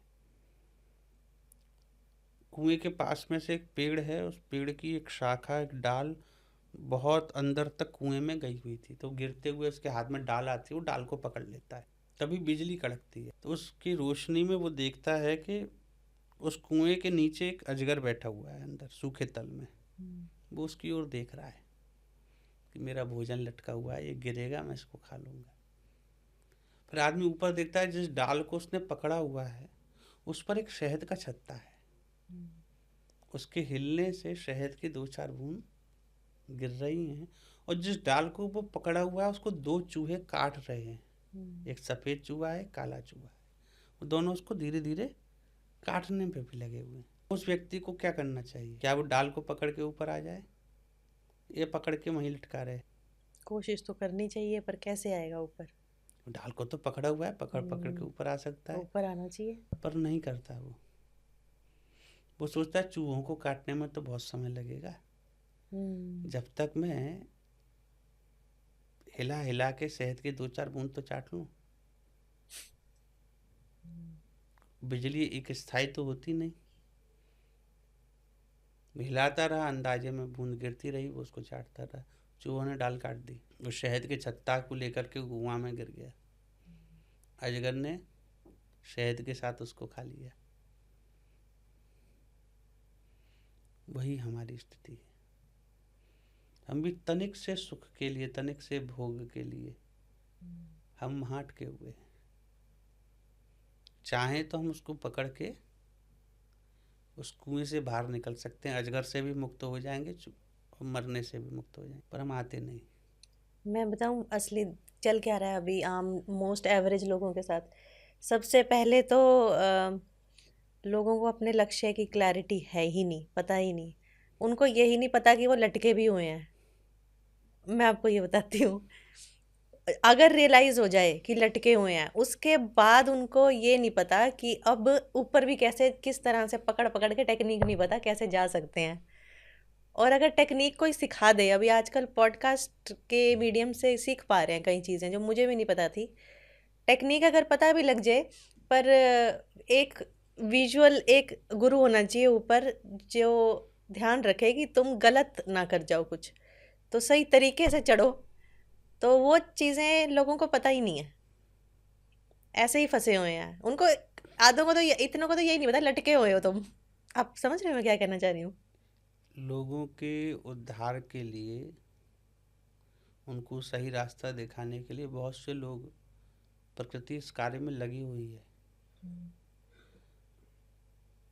पर उसका भी एक नियम है। वो उसी को बताएगी, उसी के ऊपर कृपा करेगी जो उससे पार होना चाहेगा। तनिक सा भी एक बार भी उसके मन में आ जाए कि मैं इससे निकलना चाहता हूँ, बस एक बार ठान ले वो, तो सारी चीज़ें उसके पीछे लग जाएंगी उसको निकालने के लिए। एक बार सोच ले कि मुझे इस पे से लटका हुआ, मुझे ऊपर चढ़ना है, तो हाथों में जान आ जाएगी, वो सीख लेगा, चढ़ जाएगा। तो जैसे मैंने आपसे पूछा था कि शुरुआत कैसे करें, तो आपने मुझे बताया था पहला स्टेप है शास्त्रों का अध्ययन करें, माता पिता की सेवा करें, अभिवादन शीलस्य नित्यम वृद्धोपसेवना चत्वारि तस्य वर्धन्ते आयुर्विद्या यशो बलम। जो अपने से बड़ों की नित्य सेवा करते हैं, उनका सम्मान करते हैं, उनको आदर देते हैं, उनको रोज नमस्कार करते हैं, प्रणाम करते हैं, पैर छूते हैं, उनकी 4 वस्तुएं, 4 तत्व उनमें बढ़ते हैं, उनकी आयु बढ़ती है, उनकी विद्या, उनका ज्ञान बढ़ता है, उनका यश बढ़ता है, उनका बल बढ़ता है। और जो ये नहीं करते या इसके विरोध में करते हैं, इसके विरोध के कृत्य करते हैं, असम्मान करते हैं, अनादर करते हैं, त्याग देते हैं, उनमें ये चारों चीज़ें कम हो जाती हैं। ये तो होता है। तो अपने से बड़ों का सम्मान, धीरे धीरे बेबी स्टेप चलिए, एकदम से छलांग मत लगाइए। मैंने एक बार एक पंडित जी के पैर छू लिए थे, उन्होंने मुझे कहा लड़की तूने पाप लगा दिया। लड़कियां शायद पैर नहीं छूती, कई जगह ऐसी मान्यता है, और जहाँ ऐसा देशाचार लोकाचार है उसको प्रणाम करना चाहिए अवश्य। इस बात को प्रणाम करना चाहिए कि स्त्री को हम इतनी महत्ता देते हैं। कि उनसे पैर नहीं छुआए जाते। आज भी कई जगह नहीं करते, वृंदावन में भी नहीं करते। मैं तो सच बताऊँ, मैं कंफ्यूज हो जाती हूँ अब उसके बाद से। अब किस मतलब छूं कि ना छूं, मन में रिस्पेक्ट तो है पर पिछली बार किया था तो वही गुस्सा हो गए थे। नहीं तो देखिए, मन में सम्मान, दिल में सम्मान है तो वह आपकी बातों में, आपकी क्रिया में भी झलकेगा। हम्म, जैसे गांव में आप कई बार देखते हैं वीडियोस वगैरह में भी कि घूंघट तो इतना लंबा है, हम्म, लड़ाई पूरी कर रही है। तो ऐसे सम्मान का, ऐसे आदर का भी कोई मोल नहीं है। हम्म, तो सम्मान हृदय में होना चाहिए, आपकी वाणी में होना चाहिए, उससे व्यक्ति प्रभावित हो जाएगा, अपना आशीर्वाद आपको वैसे ही दे देगा। हम्म, तो उसमें कोई बड़ी बात नहीं। हमको बेबी स्टेप चलने पड़ेंगे। हमें पहले घर के बड़ों का सम्मान करना है। नित्य घर में पूजा समय से होनी चाहिए। शाम के समय नित्य कीर्तन होना चाहिए घरों। तुलसी का वृक्ष घर में होना ही चाहिए। सब छोटे छोटे स्टेप चलें। बच्चों के जन्मदिन आए, एनिवर्सरी आए, कोई भी मंगलमय दिन आए, आप अपने एक वृक्ष लगाइए पर्यावरण के लिए भी। आप उस दिन एक स्मृति में, एक मेमोरी में एक वृक्ष लगाइए और उसका पालन पोषण करिए। एक वृक्ष को लगाने का फल 10 पुत्रों को पालने के बराबर होता है। आपने एक वृक्ष लगाया, माने आपने 10 पुत्र पाले। एक वृक्ष को पालना, उसको बड़ा करना। तो आप एक वृक्ष लगाइए। प्रकृति का जो असंतुलन हो रहा है उसमें भी आपका एक सहयोग होगा उसको संतुलित करने में। और एक मेमोरी रहेगी कि ये वृक्ष हमने तब लगाया था। तो कुछ दान करिए, कीर्तन करिए, घर में पूजन करिए। पार्टी वगैरह में जाने से अच्छा है आप पूजन करिए। तो छोटे बच्चों के समय से जब हम करेंगे तो बच्चों के अंदर ऑटोमेटिक संस्कार आएंगे। उनको याद रहेगी कि जब हम छोटे थे तो हमारे पिताजी माताजी उस दिन पूजा कराते थे। तो उनके जब बालक होंगे तो वे भी वैसा ही करें,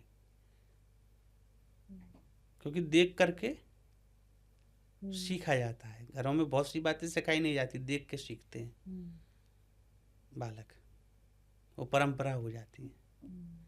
तो छोटे छोटे स्टेप चलें। शाम के समय नित्य कीर्तन 15 मिनट, 10 मिनट। संध्या का समय हम सब टीवी मोबाइल बंद करके ठाकुर जी के समक्ष पूरा परिवार बैठ के, जो भी उपस्थित हैं घर में, सब बैठ के 10 मिनट प्रभु का नाम लीजिए। फिर बाकी के अपने कार्य करते रहिए, उसमें कोई रोक टोक थोड़ी है। पर घरों में रह के गृहस्थ जीवन में भी ये कार्य हो सकता है। बहुत छोटे छोटे स्टेप्स को हम यदि चलेंगे धीरे धीरे तो निश्चित ही एक दिन हम बड़े उस प्रयास को प्राप्त कर पाएंगे। खरगोश की तरह दौड़ेंगे तो हो सकता है शुरुआत में बहुत फास्ट निकलें पर तो आगे जाके सुस्ता के सो जाएं।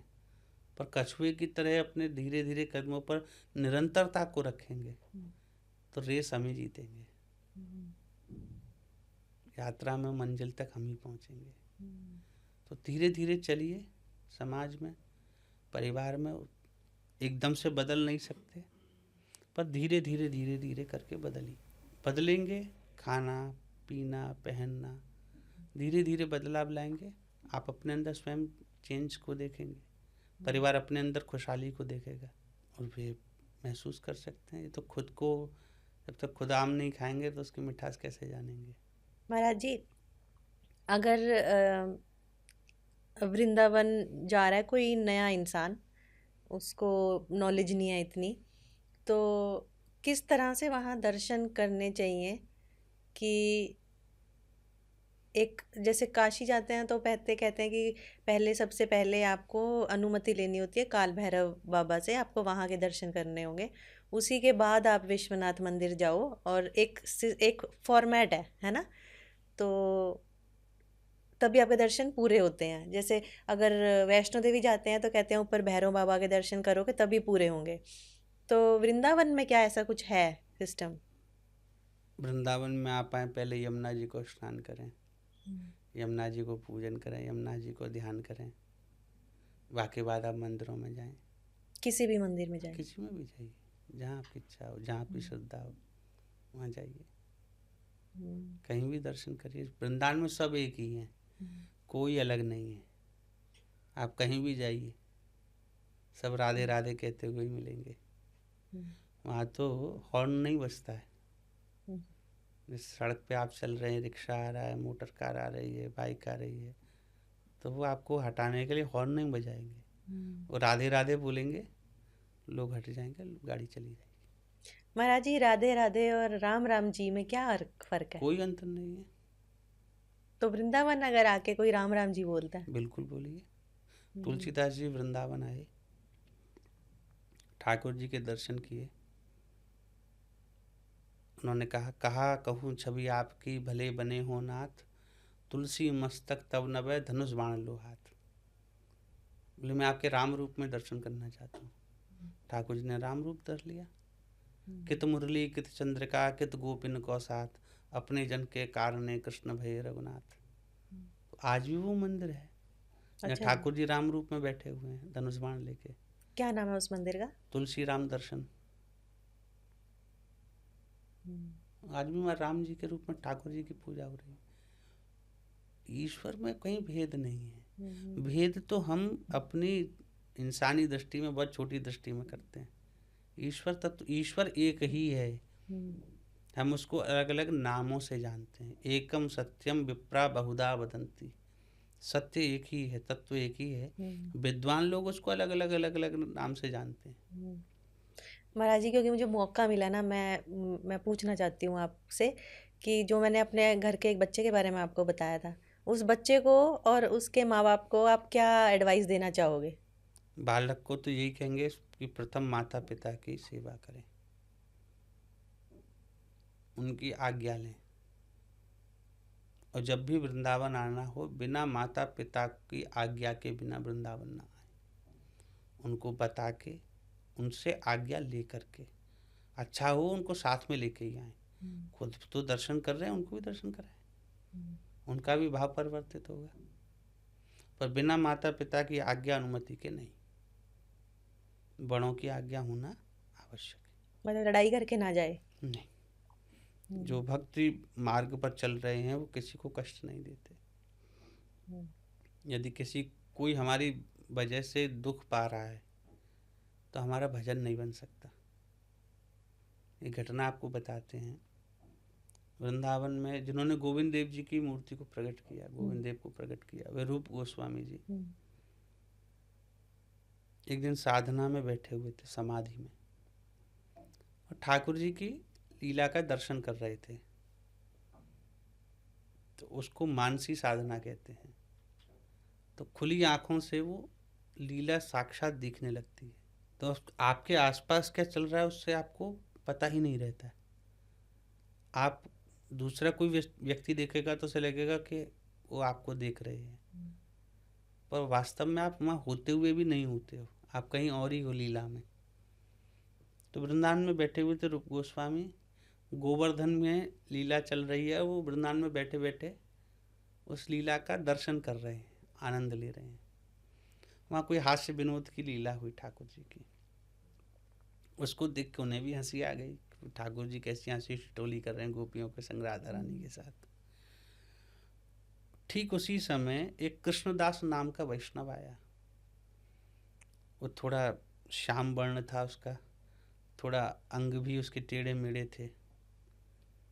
वो सामने से निकला, उसी समय रूप गोस्वामी वो लीला को देख के हंस रहे थे। उन्हें तो कृष्णदास दिखा ही नहीं, तो कृष्णदास ने को ये लगा कि रूप गोस्वामी मेरे शरीर और मेरे ये जो विकृत स्वरूप है इसको देख के मुझ पर हंस रहे हैं। उसने कुछ कहा नहीं, वो उस मन में मान के बैठ गया कि देखो कितने बड़े साधक हैं, कितने बड़े भक्त हैं, और मेरे शरीर को देख के हंस रहे हैं। वो जो देख रहे थे लीला रूप गोस्वामी, वो तक्षण बंद हो गई। वो व्याकुल हो गए कि इतनी अच्छी लीला चल रही थी, एकदम बंद कैसे हो गई, कहाँ चली गई। बहुत पता लगाया, बोले किसी वैष्णव के प्रति अपराध बना है इसका मतलब। तो कृष्णदास ने वो बात किसी और को भी कही, तो धीरे धीरे धीरे धीरे रूप गोस्वामी को पता चली। फिर दौड़ करके उसके पास गए, उसके चरण पकड़ लिए। बोले बाबा मैं तो देख के हंसो ही नहीं। फिर उनको बात बताई कि मैं ये लीला देख रहा था और मैं वहाँ पे था, मैंने आपको तो देखा ही नहीं। तो जब डाउट क्लियर हुआ कृष्णदास का, उन्होंने मन से उस बात को हटाया। रूप गोस्वामी की लीला दर्शन फिर से प्रारंभ हो गए। अरे वाह। पर उसमें गोस्वामी जी का तो कोई गलती थी नहीं। अनजाने में भी अपराध बन रहा है, किसी का हम दिल दुखा रहे हैं, अनजाने में भी। स्वप्न में भी किसी के प्रति अपराध नहीं होना चाहिए। ये नहीं कि हम किसी को मारेंगे पीटेंगे वही अपराध होगा। हम मन में भी यदि उसको मारने पीटने की सोच रहे हैं, मार पीट नहीं रहे, मन में भी सोच रहे हैं, तो भी वो क्राइम है। पर जैसे अगर कोई मेरे साथ गलत कर रहा है, मैं इग्नोर किए जा रही हूँ, वो गलत किए जा रही है, फिर 8 महीने के बाद मैंने उसको दिखा दी उसकी जगह, तो इसमें कौन गलत हुआ? कोई हमारे साथ क्या कर रहा है उसको जज करने का अधिकार हमें नहीं है, वो ईश्वर पे छोड़ दीजिए। आप शांत रहिए। आपने यदि पलट के जवाब दे दिया तो जो दंड ईश्वर को देना था वो तो आपने दे दिया, और आपने तो बहुत हल्के में निपटा दिया। ईश्वरीय दंड कुछ और भी हो सकता था। तो आप जज मत बनिए। हम अपने अलावा किसी को जज नहीं कर सकते कि वो कैसा है। ये कहना आसान है, थोड़ा करना मुश्किल है ना। Practice makes man perfect. Practice करिए। आप जज मत करिए किसी को, वो कैसा है, क्या कर रहा है, सही कर रहा है, गलत कर रहा है, कर रहा है वो उसका ईश्वर देख रहा है, वो देखेगा। मैं सही कर रहा हूँ कि नहीं, मैं गलत कर रहा हूँ कि नहीं, हम अपने आप को पहले देखें।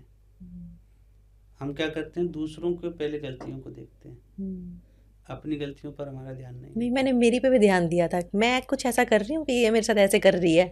मेरे को जब 8 महीने में रियलाइज हो गया मैं कहीं गलत नहीं हूँ, फिर मैंने रगड़ दिया। नहीं भी हो, अगर हम नहीं भी हैं, रूप गोस्वामी अपनी जगह ठीक थे, फिर भी उन्होंने माफी मांगी ना। क्योंकि अगर एक उस अपराध के चक्कर में मेरी लीला दर्शन बंद हो रहे हैं तो मुझ में माफी मांगना बहुत सरल है। मुझे माफी मांगना बहुत सस्ते में हम छूट गए। महाराज जी ऐसे लीलाओं की क्या कोई किताबें हैं? कुछ लिखा हुआ नहीं है? होनी चाहिए ना, पढ़े बाद में लोग, पता लगे लोगों को इतना कुछ होता है। नहीं होनी चाहिए। नहीं होनी चाहिए। फिर क्यों? आज के लोग जो हैं, जो कुछ लिख गए हैं उसी को विकृत रूप में प्रस्तुत कर रहे हैं। उसी को पढ़ पढ़ के लोग कह रहे हैं कि हमें ये दिखा, हमें वो दिखा, हम तो इस भाव से हैं। और वह गोपी भाव, वह सखी भाव जो इतना उज्जवल है, जिसकी प्राप्ति ब्रह्मादिक इंद्रादिक देवताओं को जिनकी नहीं है, जिस स्वरूप की, जिस भाव की, वो सोचते हैं कि ऐसा ही लहंगा फरिया पहन करके, चूड़ी और मेहंदी लगा के हम भी सखी बन गए, हमें भी कृष्ण मिल गए। वो भाव को हमने कहाँ विकृत अवस्था में लिया है, क्योंकि वो कुछ लिखा हुआ था। तो हम तो कहें बिल्कुल नहीं लिखना चाहिए। ये परम परम रसिकों का धन है। जो इस विषय का जिज्ञासु होगा उसको साक्षात लीला दर्शन में वैसे ही प्राप्त होंगे, होना ही नहीं चाहिए। और यदि किसी के पास है तो वो बताए भी नहीं, क्योंकि ये आज की जो जनरेशन है ये मेहनत करना नहीं जानते। हाँ जी।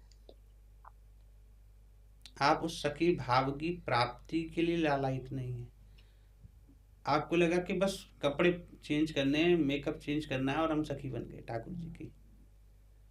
अगर इतना ही सरल होता तो शास्त्रों में इतनी बड़ी बड़ी बातें क्यों लिखी होती? सीधा सीधा लिख देते भाई लहंगा परिया पहन लो सखी बन गए। पर ऐसा नहीं है। तो उस एक लिखी हुई बात को कि सखियों का स्वरूप कैसा होता है, वो कैसे वस्त्र पहनती हैं, कैसा उनका श्रृंगार होता है, वो हमारे ध्यान का विषय था।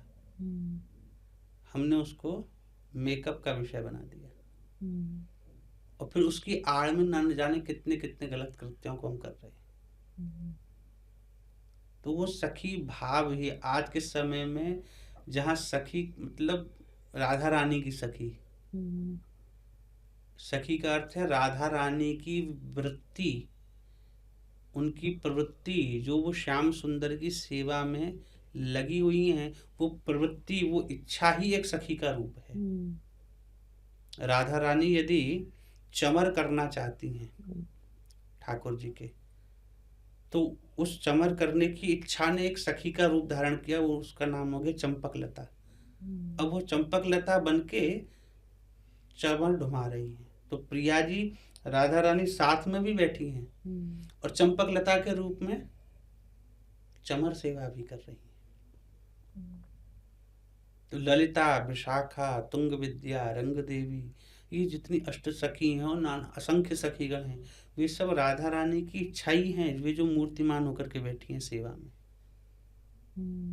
हम उन राधा रानी की प्रवृत्ति, उनकी वो सेवा, उनकी सेवा परायणता, उनकी वो इच्छा, उसको हमने किस रूप में लाके स्थित कर दिया।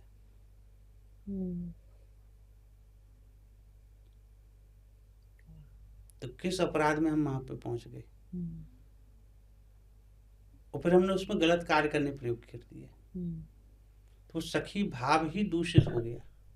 भाव तो दूषित नहीं हुआ, वर्तमान में उसका जो स्वरूप है, उस भाव का जो स्वरूप है, आज के समय में ब्रज वृंदावन में सखी कहना, कहलाना, पहले रसिक जनों को सखी कहते थे। जो प्राचीन भाव प्राप्त महात्मा जन थे, उनके नाम के आगे सखी लगा करके बड़े प्रेम, आदर, सम्मान से उनको संबोधित किया जाता था। आज के समय में तो सखी कहलाना मतलब एक तरीके से हीन भावना है। अरे देखो सखी जा रही है, सखी शब्द का अर्थ ही गलत अर्थ में हो गया। तो आपने कही कि लिखा होना चाहिए, उस एक लिखे के चक्कर में तो ये हो गया। अगर और ऐसा नहीं कि लिखा नहीं गया, आज से 500 वर्ष पूर्व जो आचार्य हुए, षड गोस्वामी हुए और रसिक जन हुए, इन्होंने पूरी पूरी लीलाएं लिखी। और लीलाओं को लिखने के बाद उन्होंने भी इस बात पे विचार किया कि कल को कलयुग आने पर ये बुद्धि का स्तर घटना ही है, कोई हमारी बात को इस तरीके से अर्थ में न ले ले। पता है उन्होंने क्या किया? सारे ग्रंथ लिए, उनको समाधि कर दी। वृंदावन में ग्रंथ समाधि भी आपको विश्व में कहीं नहीं मिलेगी। कहाँ पे है वृंदावन में? वृंदावन में सनातन गोस्वामी जी का समाधि मंदिर है, उसी मंदिर के अंदर एक कोने में सब ग्रंथ समाधि है, जहां उन विशाल ग्रंथों को, हजारों की संख्या में जो ग्रंथ थे, उनको भूमिस्थ कर दिया गया। भूमि में जैसे किसी को सदैव समाधि देते हैं, ऐसे उन ग्रंथों को समाधि दे दी गई कि कोई इनको पढ़ करके भावों को विकृत ना कर दे। ऐसा नहीं कि लिखे नहीं गए, लिखे गए। उनमें से भी जो 2-4 बच गए थे, उनकी ये दशा हो गई। वो ग्रंथ तो निभृत निकुंज लीला और कहाँ कहाँ के ग्रंथ थे, न जाने उनमें किन किन लीलाओं का वर्णन था। उस सब भूमिस्थ तो अपने सामने ही जिन्होंने लिखा, वे अपने सामने ही अपने हाथों से उनको भूमिस्थ करके चले गए। वर्षों की मेहनत, वर्षों की तपस्या, उन तपस्या के तपोभूत समाधि भाव में बैठ करके, भाव राज्य में पहुंच करके उन लीलाओं का दर्शन करना, फिर उसको लिखना, फिर उस पर कमेंट्री करना, टीका करना, और फिर सब कुछ लिखने के बाद एक दिन मन में आकर इसका गलत यूज हो सकता है, उसको दफना दिया। पर महाराज जी, सही यूज भी तो हो सकता था। मतलब मैं तो ऐसे हो रही हूँ, काश वो होता तो हो सकता कितना कुछ सीख लेते। हो सकता था, हुआ तो नहीं। हम जो वर्तमान में देख रहे हैं वो भी तो हो सकता था, पर क्या हुआ? हमारे सामने तो प्रत्यक्ष प्रमाण है कि क्या किया लोगों ने, उस सखी भाव का, उस सखी स्वरूप का क्या किया। हमारे सामने तो ज्वलंत प्रमाण है। और यदि वो भी साहित्य होता तो न जाने अब तो क्या से क्या हो गया होता। तो उन आचार्यों की दूरदृष्टि थी जिन्होंने पहले ही नष्ट कर दी। हम तो उनकी दूरदृष्टि के बलिहारी हैं कि जिन्होंने आने ही नहीं दिया। बोले जो इसका तत्व का जिज्ञासु होगा, वो भी हमारी तरह भावराज्य समाधि तक तपस्या करेगा, वहां पहुंचेगा, स्वयं लीला का दर्शन करेगा।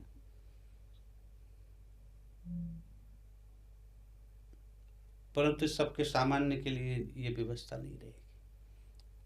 आपको वो लीला दर्शन करने हैं, मेहनत करिए। त्याग कुछ पाने के लिए, यहाँ जो कुछ है उसको पाने के लिए आपको सब कुछ खोना पड़ेगा, तब वह कुछ मिलेगा। आप उसके लिए तैयार हों तो आइए। कबीरा खड़ा बाजार में लिए लुकाटी हाथ, जो घर फूके आपनो चले हमारे साथ। अपना सर्वस्व लुटाने को तैयार हों तो लीला दर्शन भी हो जाएंगे। पर एक पाँव एक नाव में, एक पाँव दूसरे नाव में तो नहीं होगा। फिर आप सामान्य दृष्टि में भजन करते रहिए, सब ठाकुर जी की कृपा हुई, धाम की कृपा हुई तो एक दिन वो भी, आपकी इच्छाएं भी नष्ट हो जाएंगी, तब आप शुद्ध रूप में भक्ति भजन कर पाएंगे। पर जब तक नहीं कर पा रहे तब तक जितना भी हो रहा है वो करिए अवश्य, घर में रह के करिए। आप दिल्ली में, बम्बई में, कहीं पे भी हो आप करिए, करना मत छोड़िए। सतत निरंतर अपनी सेवा, अपना भजन नित्य करते रहिए। वही आपकी उच्च गति का एकमात्र साधन है, निरंतरता। अब निरंतर यदि रहेंगे तो आप बने रहेंगे। आपकी निरंतरता जहाँ बाधित होगी वहीं आप खत्म हो जाएंगे। निरंतर करिए, घर में रह के भजन करिए, घर की आपकी जो ड्यूटी है उनको फुलफिल करिए, आप सबका सम्मान करिए, सबको आदर दीजिए, माता पिता की सेवा करिए। आप गृहस्थ जीवन में हैं तो गृहस्थ जीवन को भी निभाइए। आपके जो कर्तव्य हैं, उन धर्म हैं, आप उनको पूरा करिए और संग में अपना साधन भी करते रहिए, साधना भी करते रहिए। ग्रंथों को पढ़ते रहिए, समय समय पर उसमें कोई शंका हो तो अपने अधिकारी जन, गुरुजन, उनसे बैठ के उनसे चर्चा भी करिए। ग्रंथ कौन कौन से, कैसे? आपने मुझे भागवत बताया, शुरुआत कीजिए। भागवत है या आपके श्री गुरुदेव जो हैं वे आपको जो उपदेश करें उसके अनुसार चलिए। रामचरितमानस हैं, भगवत गीता है, 18 पुराण हैं, 108 उपनिषद हैं, 4 वेद हैं, बहुत कुछ है, 6 शास्त्र हैं। जो आपकी इच्छा हो, जहाँ से आप चाहें वहाँ से उठा लीजिए। मुझे तो ना ये सही, आपने बिल्कुल सही बोला है कि अगर क्यूरियोसिटी जाग जाती है तो जवाब मिलने शुरू हो जाते हैं। मैंने कभी नहीं सोचा था मैं आपके साथ बैठूंगी, पर कई चीज़ें बिना पूछे आपने बताई हैं। वो फिर वही वाली आप वाली बात है कि जब थोड़ा भी कुछ पता लगने लगे वो एक्चुअल में गूंगा हो जाता है।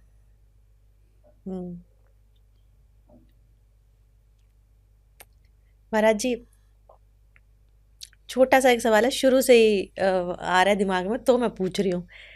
तो आपने 2 तरह के टीके मुझे बताए थे, एक शिव जी के वहाँ ये लगता है और वैष्णव उसमें ये, दोनों में फ़र्क क्या है? कोई फर्क नहीं है। एक ऊर्ध्वपुंड है, एक त्रिपुंड है। एक ऊपर की ओर लगता है लंबवत, एक दंडवत लगता है। रेखाओं के अपने अपने स्वरूप हैं, अपनी अपनी साधना के संप्रदाय के अनुरूप तिलक का निर्माण किया गया है। आप जिस संप्रदाय में या जिस साधना क्रम में आप रहते हैं, तद देवता का जैसा स्वरूप है उस स्वरूप के अनुरूप आप अपने तिलक को धारण करते हैं। तिलक भी आपके इष्ट का स्वरूप ही होता है। उसके पीछे एक सोच होती है ना, कि हम उनके हैं। इससे पहचान हो जाती है बिना कहे कि आपका इष्ट कौन है। सामने से देख के आपका स्वरूप, आपका व्यवहार केवल आपके तिलक से पहचाना जा सकता है कि आपको किस तरीके से ट्रीट किया जाना चाहिए। एक चीज़ और मुझे आपसे पूछनी है कि राधा रानी के बारे में जितनी भी ये सीरियल बनते हैं या पिक्चर बनती हैं, एक एस्पेक्ट है कृष्ण जी की लाइफ का जहाँ पे उनके बारे में बताते हैं और उनके फिर पूरी एक स्टोरी चलती है, प्रेम कहानी है, पर ज़्यादा टाइम कृष्ण जी ही डोमिनेंट आपको दिखते हैं, उनके बारे में बातें की जाती हैं, उन्हीं की स्टोरीज़ बनती हैं। तो एक छोटा सा टाइम पीरियड ही क्यों दिखाया हुआ है राधा रानी का? लीला काल में 11 वर्ष तक ठाकुर जी ब्रज में रहे। 11 वर्ष के बाद वे मथुरा चले गए। 17-18 वर्ष 20 वर्ष करीब वो मथुरा रहे। उसके बाद द्वारका चले गए। राधा रानी तो ब्रज में ही है, तो 11 वर्ष का ही उनका संग है। तो जब वो चले गए द्वारका, उसके बाद भी तो वो वहीं थे, है ना? तो तब की स्टोरीज क्यों नहीं आती सामने? कहाँ की?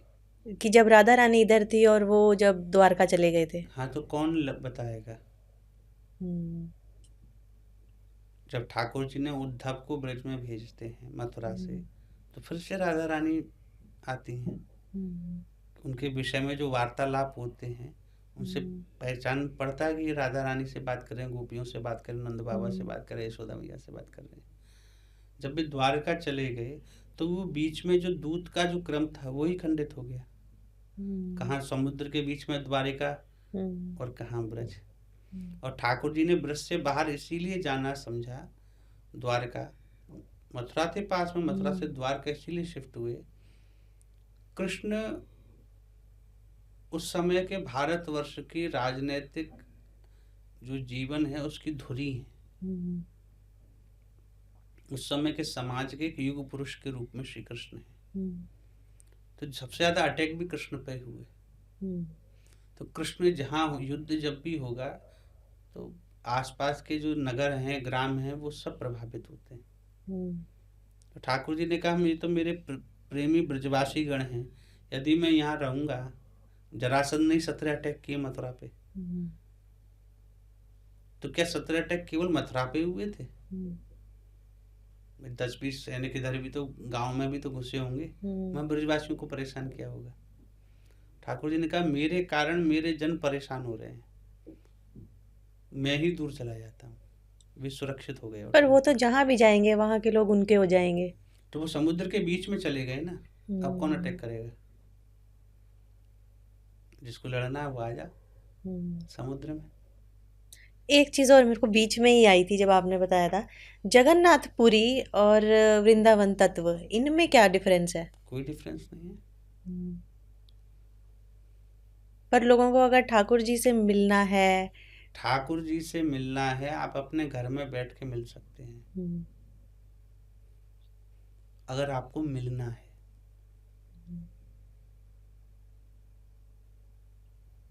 अगर उनको प्राप्त करना है, मिलना प्राप्त करना आप घर बैठ के कर सकते हैं। आपको केवल रील बनानी है, केवल स्टेटस पे फोटो डालनी है, तो फिर आपको घूमना पड़ेगा। हमने आपको पहले भी निवेदन किया, धाम नित्य है, तत्व नित्य होता है, और वो कहीं भी प्रकट हो सकता है। या उसको एक सीमा में बांधना वो अपराध होगा। धाम कहीं भी कभी भी प्रकट हो सकते हैं। वो आपका जो भजन का आसन है वही आपका धाम है। जब आप उस पर बैठेंगे आपको सारा अनुभव होगा। आपको कहीं जाने की आवश्यकता नहीं। जा वो रहे हैं जो अभी अंदर अपने उस धाम की नित्यता को, उस नित्य तत्व को स्थापित नहीं कर पाए। उनको लगता है कि जगन्नाथपुरी अलग है, वृंदावन अलग है, अयोध्या अलग है, द्वारका अलग है, श्रीरंगनाथ अलग है, एक ही है, बद्रीनाथ अलग है, केदारनाथ अलग है, तो हमको ही वहां जाना पड़ेगा। तो वो तत्व की नित्यता को, उस धाम के स्वरूप को वो भी जाने नहीं। यदि जानते हो, धाम कहीं भी प्रकट हो सकते हैं। जैसे वृंदावन बिहारी नित्य हैं, ऐसे ही वृंदावन भी नित्य है। जो क्षमता वृंदावन बिहारी में है, जो ईश्वरीय प्रभाव वृंदावन बिहारी में है, वही वृंदावन धाम में भी है। बल्कि धाम में धामी जो उसमें निवास करता है उसको धामी कहते हैं। धाम में धामी से बढ़कर के है, वृंदावन बिहारी से बढ़कर के वृंदावन है। यहाँ के रसिकाचार्य कहते हैं, रेमन वृंदा विपिन निहार, ब्रज की सीमा होते बाहर हरियों को न निहार। यद्यपि मिले कोट चिंतामणि तदपि न हाथ पसार। क्या आप वृंदावन की ब्रज की सीमा पर खड़े हुए हैं और सीमा के बाउंड्री के एक तरफ ठाकुर जी खड़े हैं, एक तरफ आप हैं। धाम के प्रति निष्ठा बता रहे हैं आपको कि धामी से बढ़कर के धाम कैसे है आचार्यों के लिए, रसिकों के लिए, कि सीमा पर, ब्रज की सीमा पर, धाम की सीमा पर एक तरफ ठाकुर जी हैं, एक तरफ आप खड़े हो, तो आपको क्या करना है? बोले उस तरफ ऐसे हाथ कर लेना है कि वो दिखे नहीं। दिखे नहीं? बोले सीमा के बाहर का दिखे ही नहीं कुछ। बोले वहां तो ठाकुर जी खड़े हैं, ईश्वर खड़ा है। बोले खड़ा रहने दो, बाहर खड़ा है ना, हमें उसको देखना नहीं है। यदि ईश्वर को हमसे मिलना है तो हमारी ब्रज की, वृंदावन की सीमा में आके मिले हमसे अंदर, हम उसके बाहर कुछ नहीं जानते। ब्रज की सीमा हु से बाहर हरिहु को न निहार। यदि ईश्वर खड़े हो तो उसको देखना भी नहीं है, कि खड़े हो तो खड़े रहने दो। अगर हमको दर्शन देना है, हमसे मिलना है, तो वृंदावन में आओ, ब्रज में आओ, तो हम मिलेंगे। यहाँ से बाहर हो तो हम नहीं देखेंगे। महाराज जी, होपफुली लास्ट क्वेश्चन होगा, वृंदावन के बंदर इतने ट्रेंड कैसे हैं?